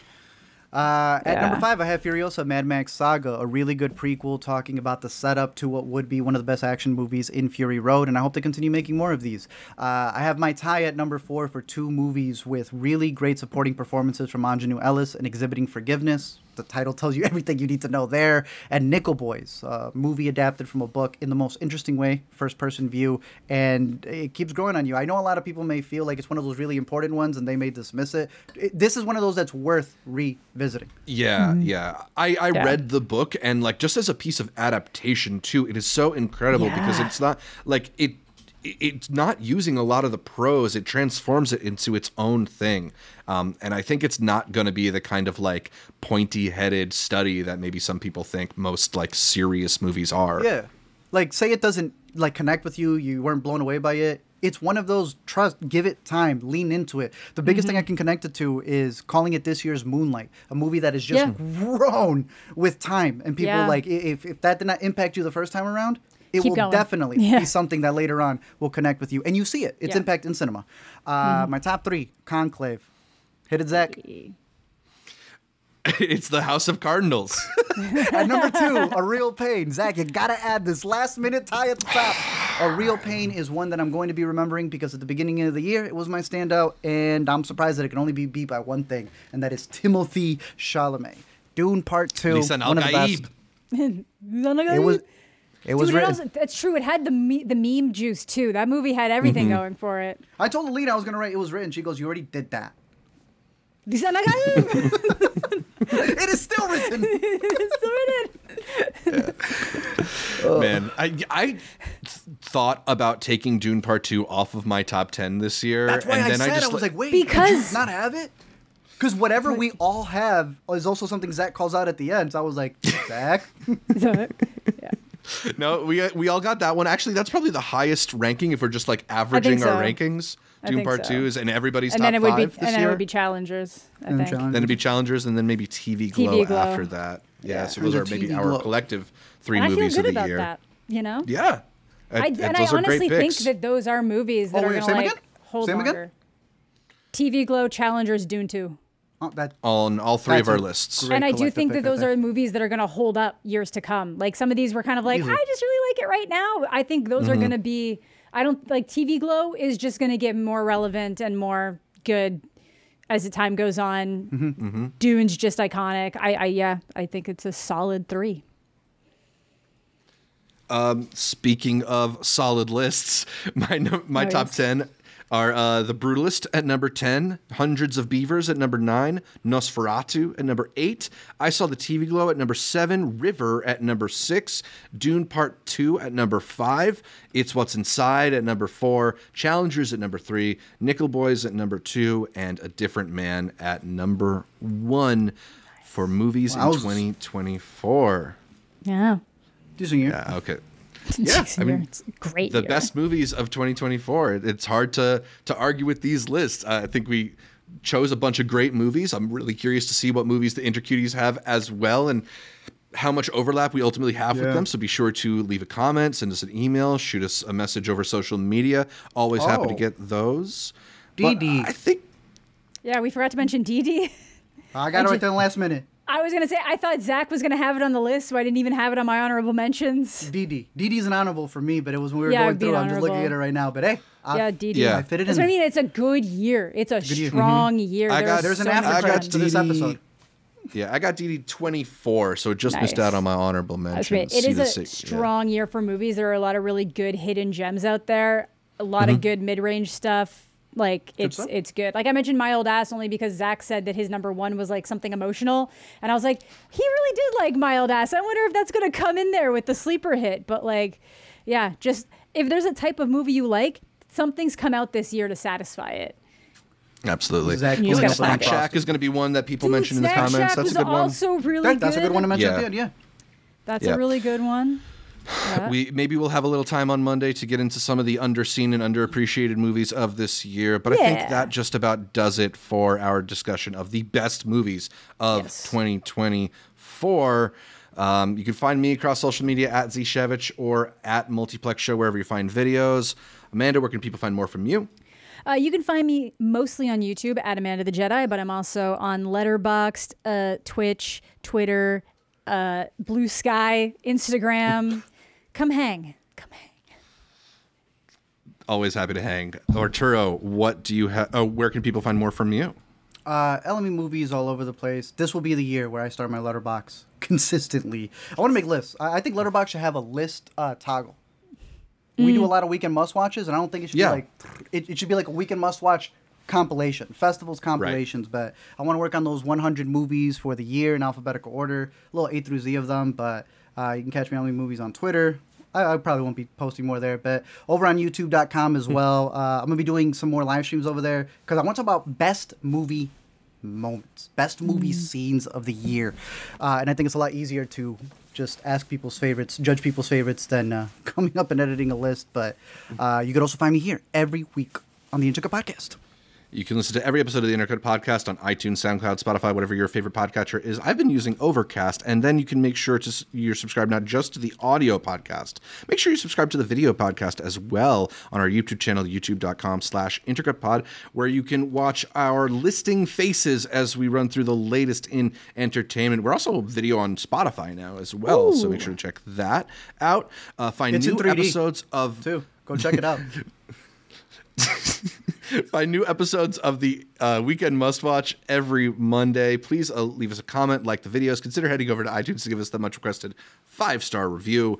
And shout out to our listeners from wherever you are in the world who put us on the Film Review podcast charts. You can like our Facebook, our Instagram, our Blue Sky, our Twitter. You can support us on Patreon. You can find all of those at Intercut Pod to get updates throughout the week from Arturo, from Amanda, from me, from all the guests that we feature right here on the Intercut Podcast channel. Thanks again for tuning in, and until next time, look at me. I am a different person. I was trying to find one from It's What's Inside, and then an ad popped up, and that delayed my delivery of the line. Bro, I swore you were doing a different man. I am a different man. I was like, I love that line. Yeah.